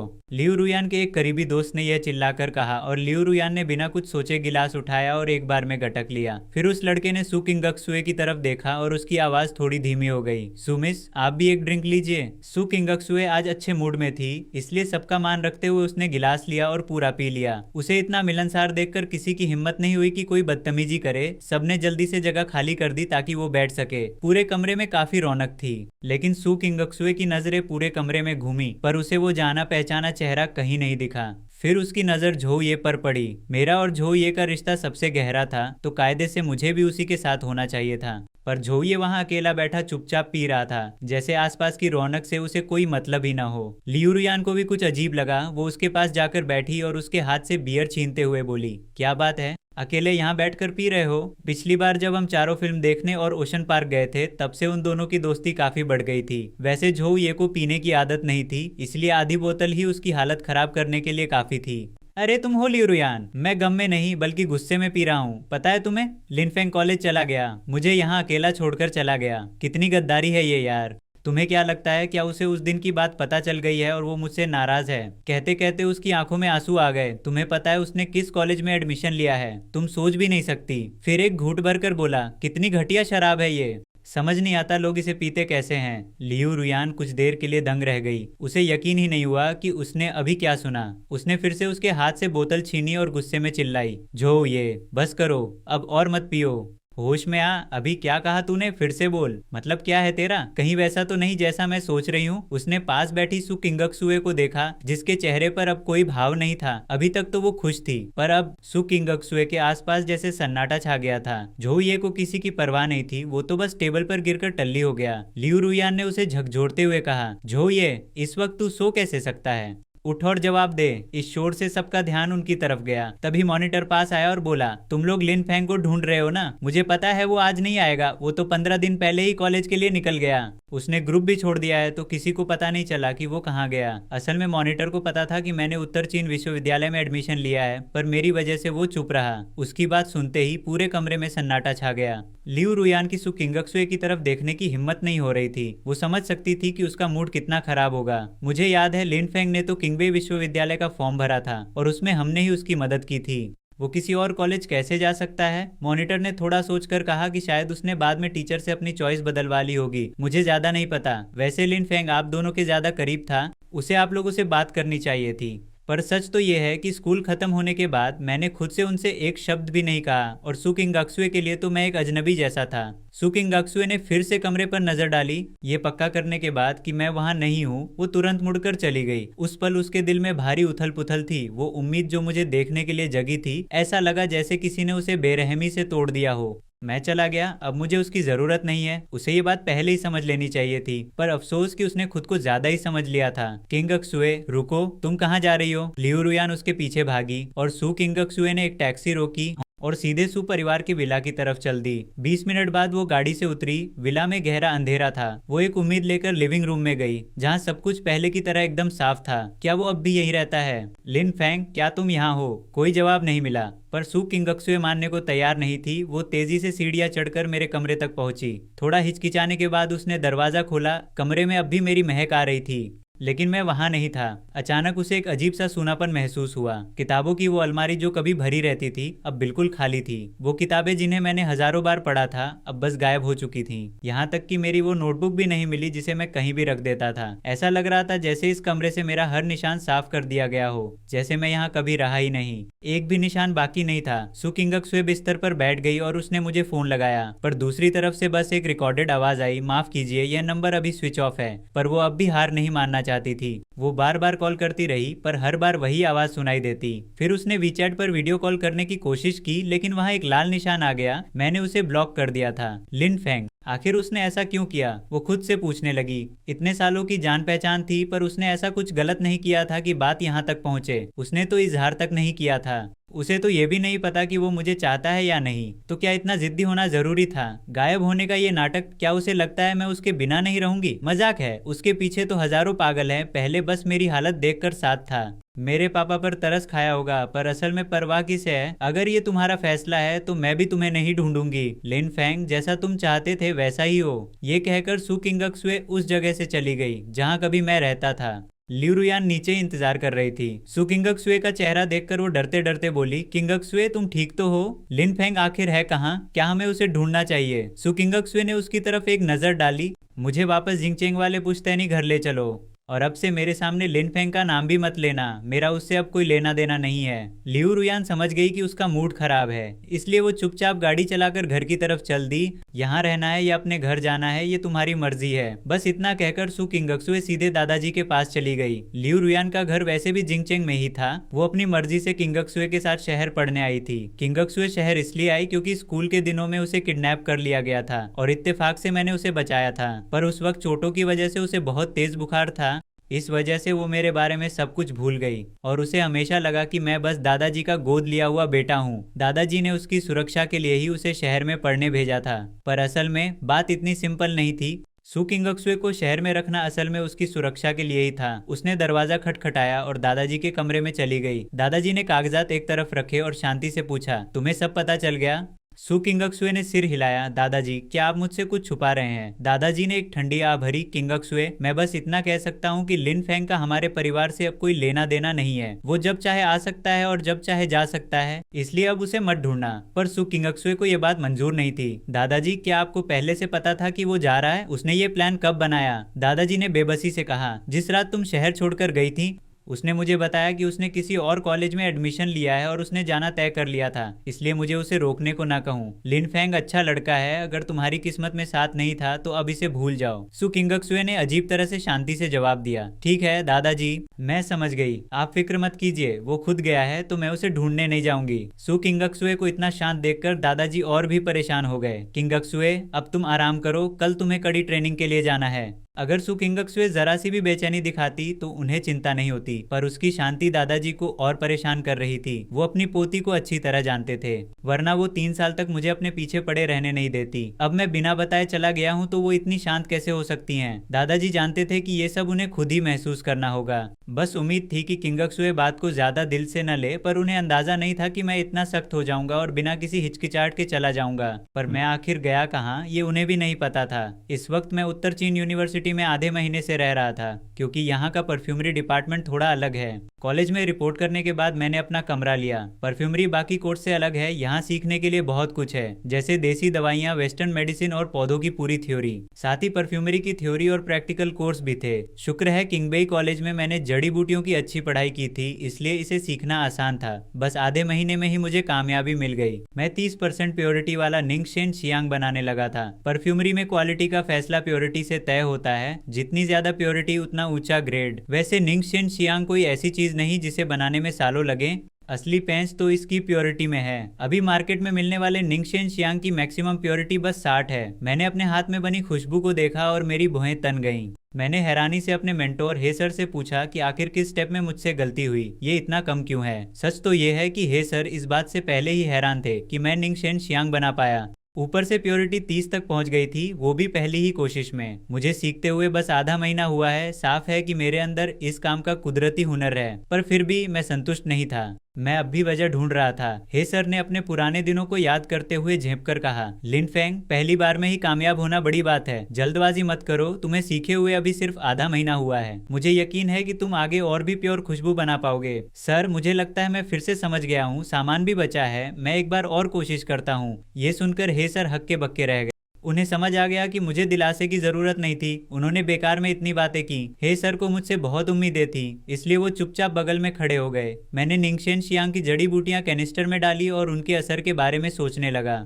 आखिर में मैंने एक ठंडी तासीर वाली जड़ी बूटी हटाकर न्यूट्रल वाली डाल दी। आधे घंटे बाद नई निंगशेन शियांग तैयार थी। जैसे ही मैंने कैनिस्टर खोला, खुशबू का एक जोरदार झोंका आया। अब हे सर बिल्कुल भी शांत नहीं रह पाए। ये कैसे मुमकिन है? एक मामूली निंगशेन शियांग से इतनी तेज खुशबू कैसे आ सकती है? इसकी प्योरिटी कम से कम 60 तो होगी ही। खुशबू सूंघते हुए वो तेजी से मेरी तरफ बढ़े। मैंने उस बेहतर निंगशेन शियांग को देखा, वो लगभग पारदर्शी दिख रहा था। मैंने उलझन में पूछा, क्या ये प्योरिटी बढ़ने की वजह से है? सर एक बार देखिए, क्या मुझे इसकी प्योरिटी चेक करानी चाहिए? ये देखने में थोड़ा अजीब लग रहा था, मुझे लगा शायद मैं फेल हो गया, लेकिन जड़ी बूटियों की समझ के हिसाब से इसे और भी बेहतर होना चाहिए था। मेरे मेंटोर हे कियान एक मशहूर परफ्यूमरी परिवार से थे, पर उनकी अपनी काबिलियत काफी मामूली थी। वो अब 40 साल के हो चुके थे, लेकिन उनके पास सिर्फ एक बेसिक सर्टिफिकेट था। वो अब तक ज्यादा से ज्यादा 50% प्योरिटी वाली खुशबू ही बना पाए थे। परिवार उनसे निराश था, इसलिए उन्हें सूचेंग भेज दिया गया ताकि वो वहाँ की परफ्यूमरी एसोसिएशन संभाल सके। उन्हें लगा था कि उनकी पूरी जिंदगी बस ऐसे ही बिना किसी मकसद के कट जाएगी, पर जैसे ही उन्होंने मेरे बनाए निंग शेनशियांग को देखा, वो एकदम चौंक गए। उन्होंने मेरी तरफ देखकर चुप रहने का इशारा किया।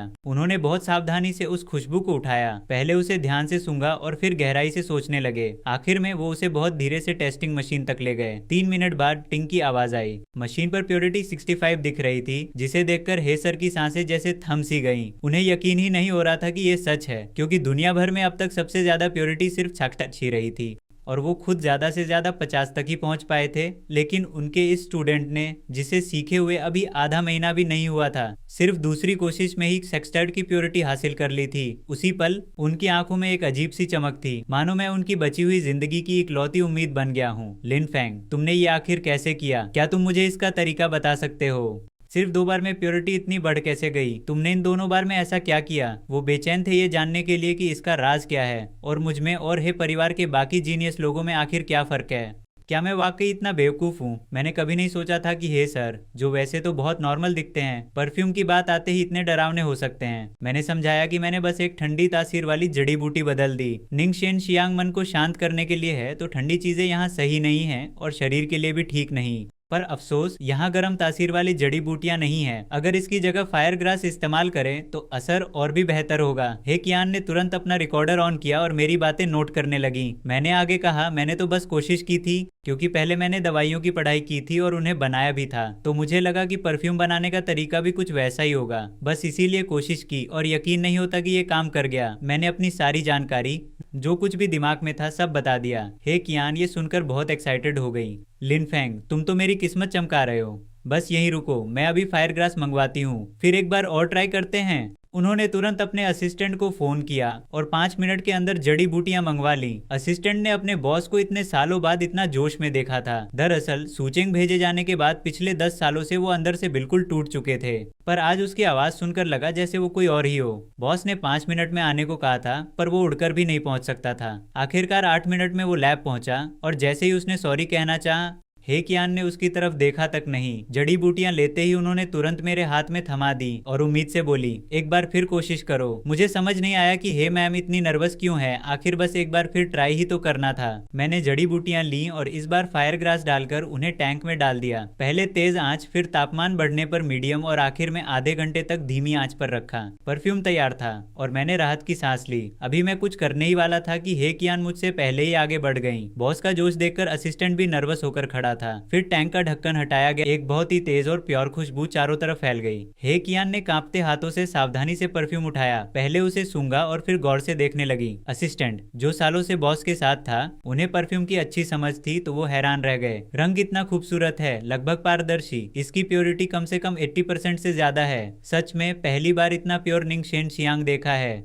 मैंने भी पहली बार ऐसा निंग शेनशियांग देखा था। इसकी खूबसूरती ने मुझे हैरान कर दिया, पर साथ ही अफसोस भी हुआ कि कितना सुंदर है। अगर बनाने के बर्तन हेतियान जेड के होते तो ये और भी ज्यादा पारदर्शी होता। मुझे लगा था कि ये सबसे परफेक्ट है, पर सोचा नहीं था कि इसे और बेहतर बनाया जा सकता है। क्या आप सच कह रहे हैं? हे कियान बहुत एक्साइटेड थी, क्योंकि उन्होंने ऐसा पहले कभी नहीं सुना था। क्या कांच का इस्तेमाल करना सबसे सही नहीं होता? और अभी मैंने देखा कि आंच लगातार बदल रही थी। क्या इसमें भी कोई खास बात है? मैंने मुस्कुराते हुए कहा, मैडम उन बातों को अभी रहने देते हैं, पहले ये टेस्ट कर लेते हैं कि इसकी प्योरिटी असल में कितनी है। मैं भी इसे लेकर काफी क्यूरियस हूँ। इस पल मुझे आखिरकार थोड़ा सुकून मिला। आधे महीने की कड़ी मेहनत के बाद आखिरकार कामयाबी मिली थी। हे कियान ने बड़ी सावधानी से परफ्यूम को टेस्टिंग मशीन पर रखा और 3 मिनट बाद एक डिंग की आवाज आई। मशीन पर निंग शेनशियांग की प्योरिटी 95% थी। उनकी सांसें जैसे थम सी गईं। उन्हें यकीन ही नहीं हो रहा था, क्योंकि दुनिया में सबसे ज्यादा प्योरिटी सिर्फ 60% ही है। और इस स्टूडेंट ने, जिसने सिर्फ आधा महीना सीखा था, तीसरी बार में ही 95% प्योरिटी वाला परफ्यूम बना लिया। इस पल वो इतनी एक्साइटेड थी कि उनके पास शब्द ही नहीं थे। और अगर सच में वैसा ही हुआ जैसा मैंने कहा था, तो क्या हेतियान जेड के बर्तनों से प्योरिटी 100% तक पहुंच सकती है? हेकियान पूरे 10 मिनट तक एक्साइटेड रहीं, तब जाकर वो शांत हुई। उन्होंने अपने असिस्टेंट से कहा, श्याओलियू, तुम अभी जाओ और सबसे बेहतरीन हेतियान जेड ढूंढकर ये सांचा तैयार करवाओ। याद रखना, इसे बिल्कुल हूबहू बनाना है। असिस्टेंट को तब होश आया और वो तुरंत बोला, जी बॉस, मैं अभी जाता हूँ, 3 दिन के अंदर काम पूरा हो जाएगा। इतना कहकर वो जल्दी से वहां से चला गया। हे कियान ने घड़ी देखी, शाम के 5 बज चुके थे। फिर उन्होंने मुझसे कहा, लिन फैंग, परफ्यूम डिपार्टमेंट में तुम्हारा स्वागत है। अभी डिनर का टाइम हो गया है। अगर तुम्हें कोई दिक्कत ना हो तो मैं तुम्हें डिनर पर ले जाना चाहती हूँ। अगर मुमकिन हो तो क्या तुम मुझे अच्छे से बता सकते हो कि तुमने ये सब कैसे किया? सच कहूँ तो मुझे समझ नहीं आ रहा था कि हे मैडम इतनी एक्साइटेड क्यों थी और एक ही सवाल बार बार क्यों पूछ रही थी। पर अपनी टीचर की इज्जत की वजह से मैंने उनकी बात मान ली और उनके सारे सवालों के जवाब डिटेल में दिए। मैडम, सच तो ये है कि मुझे दवाइयाँ बनाने की जानकारी का फायदा मिला। मैं एक अनाथ हूँ और बचपन से ही अनाथ आश्रम में पला बड़ा हूँ। अनाथ आश्रम के हेड जड़ी बूटियों के डॉक्टर थे। वो लोगों का इलाज करके और दवाइयाँ बेचकर हम बच्चों को पालते थे। वैसे वैसे मैं भी ये सब सीख गया। तभी हेकियान ने पूछा, लिन फैंग, क्या मैं तुम्हारी स्टूडेंट बन सकती हूँ? हेकियान की ये बात सुनकर मैं तो दंग रह गया। मैं हैरानी से उन्हें देखने लगा और हड़बड़ाहट में खड़ा हो गया। वो मेरी माँ की उम्र की थी और फिर भी इतनी सीरियस होकर मेरी स्टूडेंट बनना चाहती थी। हे टीचर, प्लीज मजाक मत कीजिए। मुझे परफ्यूम बनाना सीखे हुए बस 15 दिन हुए हैं। मुझे कुछ नहीं आता। मैं आपका टीचर कैसे बन सकता हूँ? हेकियान ने आह भरी और कहा, मुझे पता था तुम नहीं मानोगे। आखिर मेरी काबिलियत बहुत कम है। मैंने कहा, आप बहुत ज्यादा विनम्र हो रही हैं। आप परफ्यूम डिपार्टमेंट की टीचर हैं, आपकी काबिलियत कम कैसे हो सकती है? मैं आपको छोटा नहीं दिखा रहा, बस सच ये है कि मुझे कुछ नहीं आता और मैंने अभी सीखना शुरू किया है। हे कियान ने समझाया, तुम अब तक के सबसे टैलेंटेड इंसान हो जिसे मैंने देखा है। 1 साल भी नहीं लगेगा और पूरी दुनिया तुम्हारी खुशबुओं की दीवानी हो जाएगी। तब हजारों लोग तुम्हें अपना गुरु बनाना चाहेंगे। फिर मुझे मौका कहाँ मिलेगा? पहली बार किसी ने मेरी इतनी तारीफ की थी। आखिर पिछले जन्म में मेरी जिंदगी बस एक औरत के इर्द गिर्द घूमती थी।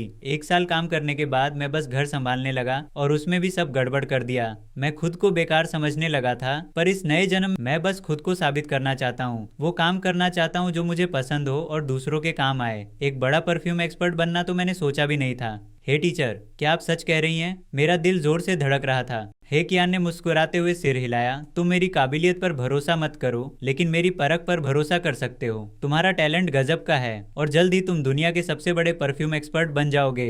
उनकी बातें सुनकर मेरी आंखें चमक उठी, जैसे मैं अपने सपनों को सच होते देख रहा हूँ। हे टीचर, मैं आपकी उम्मीदें नहीं तोड़ूंगा। जिस दिन मैं एक टॉप परफ्यूम एक्सपर्ट बन गया, अगर आप तब भी मेरी शिष्या बनना चाहें, मैं मान तो जाऊंगा, पर अभी मैं नया हूँ, तो बस एक दूसरे से सीखते हैं। आप मेरी टीचर ही रहेंगी क्योंकि इसी दुनिया में आपने मेरा हाथ थामा है। हे कियान और भी खुश हो गई। शुक्रिया लिन फैंग, तुमने मुझे एक उम्मीद दी है। मैं तुम्हें जल्द से जल्द आगे बढ़ाऊंगी। मैं तुम्हारे लिए कुछ प्रोफेशनल किताबें ढूंढ कर लाऊंगी। डिनर के बाद हम अलग हुए और मैं उन किताबों को ध्यान से पढ़ने लगा। तभी कॉलेज अभी खुला नहीं था, तो हॉस्टल में मैं अकेला ही था। हे टीचर की बातें सोचकर मेरा दिल खुश हो गया। शायद अब मैं वैसा बन पाऊं जैसा पिछले जन्म में बनना चाहता था। यहाँ आना वाकई मेरा सबसे सही फैसला था। यहाँ मेरी मुलाकात हे टीचर से हुई। पता नहीं उनका हुनर वाकई कम था या नहीं, पर उन्होंने मेरी काबिलियत को जरूर पहचाना। पिछले 15 दिनों से मैं बस किताबें पढ़ने और एक्सपेरिमेंट करने में लगा रहा। आज हे टीचर ने अचानक मुझे लैब बुलाया और कहा कि मेरे लिए एक सरप्राइज है। जैसे ही मैं लैब पहुंचा, मेरी नजर सबसे पहले बेहतरीन हॉटन जेड से बने परफ्यूम टूल्स पर पड़ी।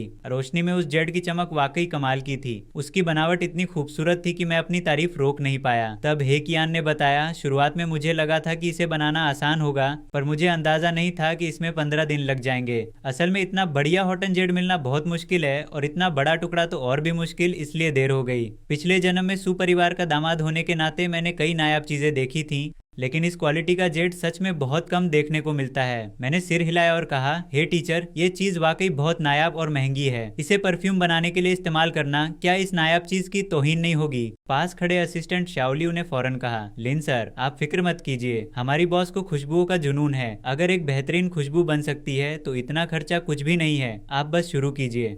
हम सब देखना चाहते थे कि क्या कुछ कमाल होता है। हे कियान भी उम्मीद से मुझे देख रही थी। पिछले आधे महीने में वो लैब में जितना समय लगा रही थी, उतना पिछले 6 महीनों में भी नहीं बिताया था। मुझसे तकनीकें सीखने की वजह से उनकी बनाई खुशबू की प्योरिटी 50 से बढ़कर 70% हो गई थी और वो एक सीनियर परफ्यूमर बनने के बिल्कुल करीब थी। अब मैंने और नहीं सोचा और पहले से तैयार सामान को एक एक करके जेड के बर्तनों में डाल दिया। जैसे ही काम शुरू हुआ, मेरा तरीका पहले से कहीं ज्यादा बारीकी वाला था।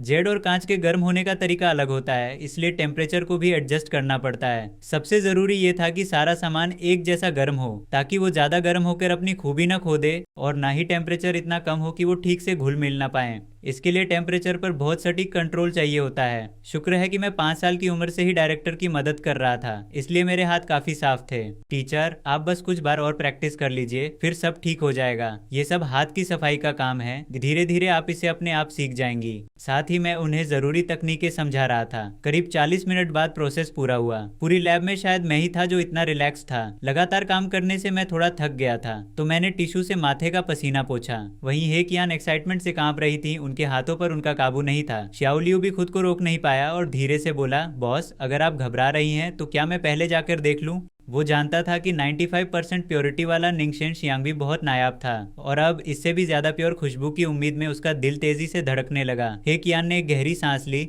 और उन्होंने खुद जेड के बर्तन का ढक्कन खोला। एक ऐसी खुशबू फैली जो पहले से कहीं ज्यादा गहरी और साफ थी। कांपते हाथों से उन्होंने बड़ी सावधानी से वो मसाला निकाला, जो बिल्कुल चांदी जैसा सफेद और लगभग ट्रांसपेरेंट था। वो बिल्कुल जमी हुई चांदनी जैसा दिख रहा था, एकदम साफ, बिना किसी मिलावट के। हे कियान वहीं दंग रह गई, जैसे उन्होंने कोई चमत्कार देख लिया हो। पर मैं बस शांति से बोला, जैसा मैंने सोचा था, ये बिल्कुल परफेक्ट है। टीचर, आप इसकी प्योरिटी चेक करना चाहेंगी? हे कियान तब होश में आई और जल्दी से सिर हिलाते हुए उसे लेकर मशीन की तरफ बढ़ी। 5 मिनट बाद मशीन से टिंग की आवाज आई और स्क्रीन पर साफ दिखा, निंगशेन शियांग की प्योरिटी 100%। हे कियान की सांसें जैसे थम गई और वो बस यही बुदबुदाने लगी, 100, वाकई 100%। मैंने शियाओलियू को इशारा किया कि वो पहले निकल जाए। वो हैरान तो था, पर उसने आदर से सिर हिलाया। मेरे लैब से जाने के 1 घंटे बाद हे कियान तब जाकर खुद को संभाल पाई। अचानक वो जोर से हंस पड़ी, हो गया, हम कामयाब हो गए। उन्होंने शियाओलियू का हाथ पकड़कर यही बात दोहराई, पर उनकी आंखें नम थीं। अब मुझे समझ आया कि गलती कहाँ थी, मैं बेवकूफ नहीं थी।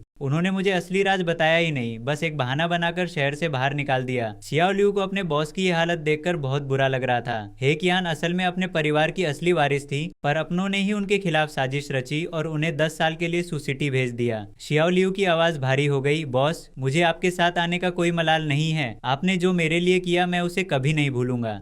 आज 3 सितंबर है और कॉलेज आखिरकार खुल गया है। पूरे कैंपस में नए छात्रों की भीड़ है, काफी चहल पहल है। जब मैं अपने कमरे में पहुंचा तो वहां पहले से ही एक रूममेट मौजूद था, जिसने काले रंग की कार्गो पैंट पहनी थी। उसके बाल एकदम छोटे और सेट थे और उसका अंदाज काफी कूल और बिंदास था। मुझे देखते ही उसने हाथ आगे बढ़ाया, हेलो दोस्त, मैं हूँ झांग हाओ, परफ्यूमरी कोर्स के 2nd ईयर से। अब हम रूममेट्स हैं। मैंने भी तमीज से जवाब दिया, मैं लिन फेंग हूँ, 1st ईयर का स्टूडेंट, और मैं भी इसी कोर्स से हूँ। झांग हाओ की आंखें चमक उठी, वाह, जूनियर तो काफी स्मार्ट है। वैसे तुम इतनी जल्दी यहाँ कैसे आ गए? क्या कॉलेज में इसकी परमिशन है? जब मैं 1st ईयर में था तब ऐसा नहीं हुआ था। परफ्यूमरी कोर्स तो आधे महीने पहले ही शुरू हो जाता है ना, बस नोटिस मिलते ही मैं आ गया। कमरा भी कॉलेज ने ही दिया था, मैंने समझाया। झांग हाओ हैरानी से अपना मुंह खोल कर रह गया, अच्छा तो ये बात है, शायद हर साल नियम अलग होते होंगे। वैसे मैं डिपार्टमेंट का स्टूडेंट काउंसिल प्रेसिडेंट हूँ, आज काफी काम है, रात को आकर तुमसे तसल्ली से बात करता हूँ। इतना कहकर वो जल्दी से चला गया। मैं स्वभाव से थोड़ा संकोची हूँ और लोगों से जल्दी नहीं घुल मिल पाता, इसलिए मैंने परफ्यूमरी की एक बेसिक किताब निकाली और शांति से पढ़ने लगा। दोपहर के करीब 3 बजे रहे होंगे, तभी तीसरा रूममेट भी आ गया। उसके पीछे उसकी माँ सामान उठाए चल रही थी।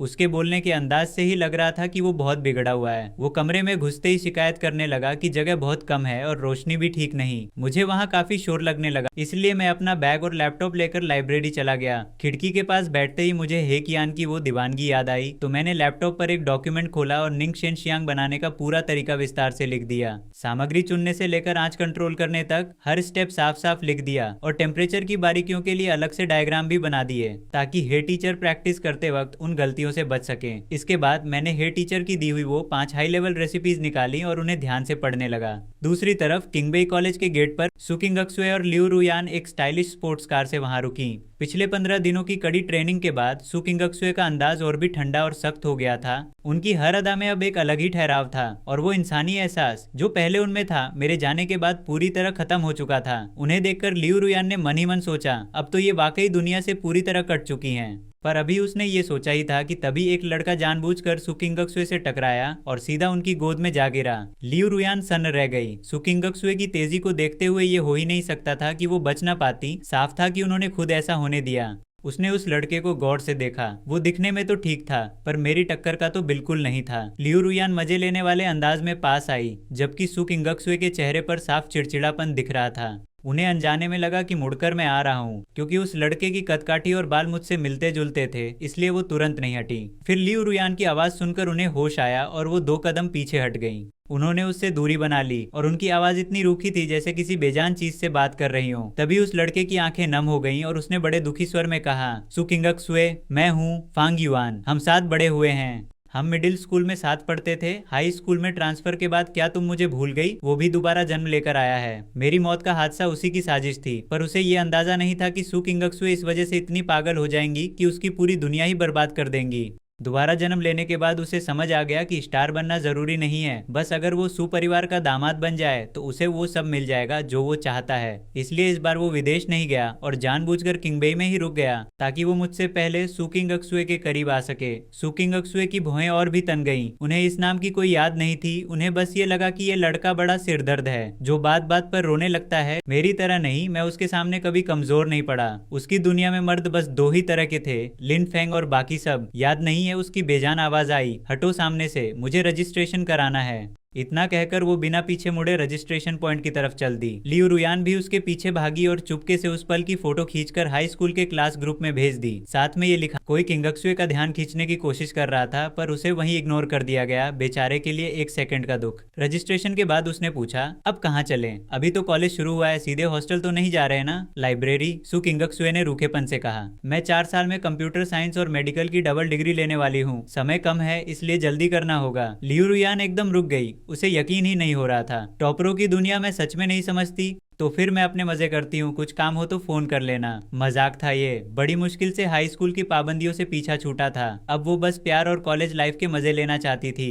वो पढ़ाई में समय बर्बाद नहीं करना चाहती थी। उसके लिए सु किंगक्सुए के साथ रहना और अच्छे रिश्ते बनाना ही काफी था। पढ़ाई लिखाई का काम तो टॉपरों के लिए ही छोड़ देना चाहिए। लियू रुयान ने फौरन किंगबेई के अपने कुछ दोस्तों को कॉलेज के पास एक क्लब के रूम में बुला लिया। वहां एक लड़की ने अचानक अपना फोन निकाला, एक वेबसाइट खोली और फोटो दिखाते हुए बोली, देखो यार, इसे कहते हैं असली हॉट बंदा। अफसोस कि वो उत्तर चीन कॉलेज का नया स्टूडेंट है, वरना मैं तो उसे पक्का पटा लेती। लियू रुयान ने पहले तो ध्यान नहीं दिया, पर जैसे ही उसने कॉलेज का नाम सुना वो खुद ब खुद पास आ गई। जैसे ही उसकी नजर फोटो पर पड़ी वो दंग रह गई। फोटो में एक लड़का सिंपल कपड़ों में लाइब्रेरी की खिड़की के पास बैठा था और धूप उसके चेहरे पर पड़ रही थी। अगर ये मैं नहीं हूँ तो और कौन होगा? नीचे कमेंट्स में तो तहलका मचा हुआ था, ये कौन सा कॉलेज है यार, कितना हॉट है, इस साल के देश के टॉप 10 हैंडसम लड़कों में ये पक्का पहले नंबर पर होगा, प्लीज इसकी डिटेल्स दो।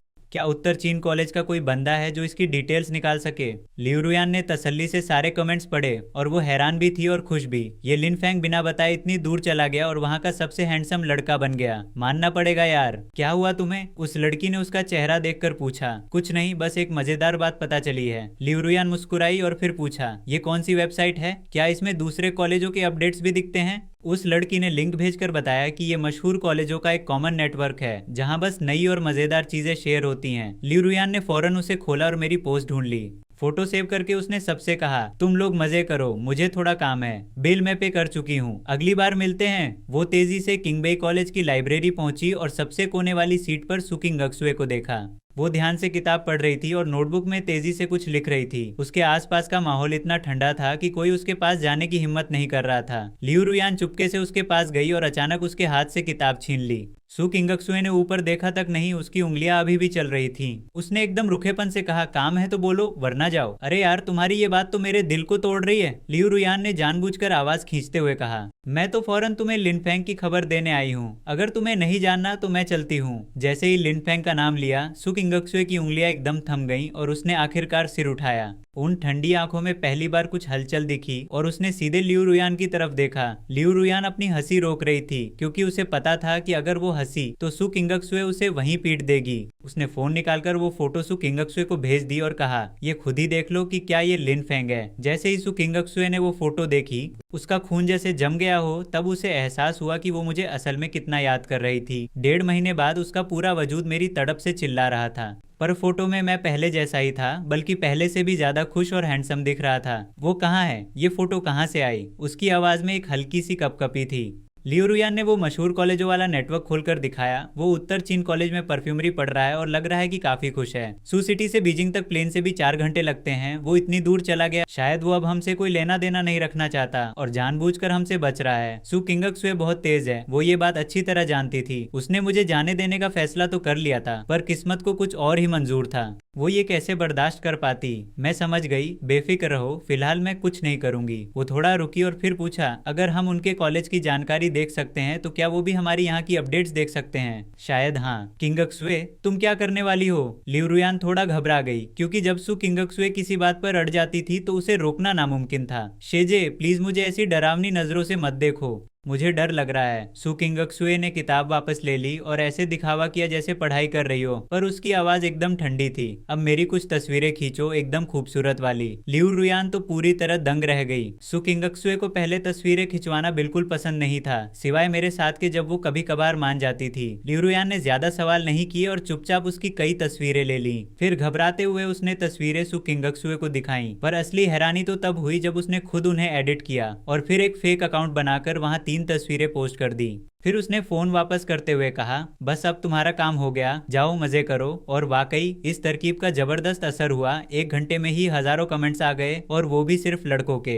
ये खूबसूरत लड़की किस कॉलेज की है? कितनी प्यारी है, लाइब्रेरी में पढ़ रही है। यार मुझे तो इससे प्यार हो गया। किसी के पास इसकी डिटेल्स हैं क्या? पता चला कि वो सू खानदान की लाडली बेटी सू किंगक्सुए है। इस साल किंगबेई कॉलेज में एक नई स्टूडेंट आई। क्या परफेक्ट लाइफ है, खूबसूरत, पढ़ाई में तेज और रईस खानदान। लोग उसके पीछे पड़ गए और मेरी पोस्ट भी वहां शेयर हो गई। लोग कह रहे थे कि इस साल के टॉप कॉलेजों में सबसे खूबसूरत चेहरा हम दोनों का ही होगा। फांग युआन ने यह देखा तो उसने गुस्से में मुट्ठियां भींच ली और तुरंत अपना फोन निकाला।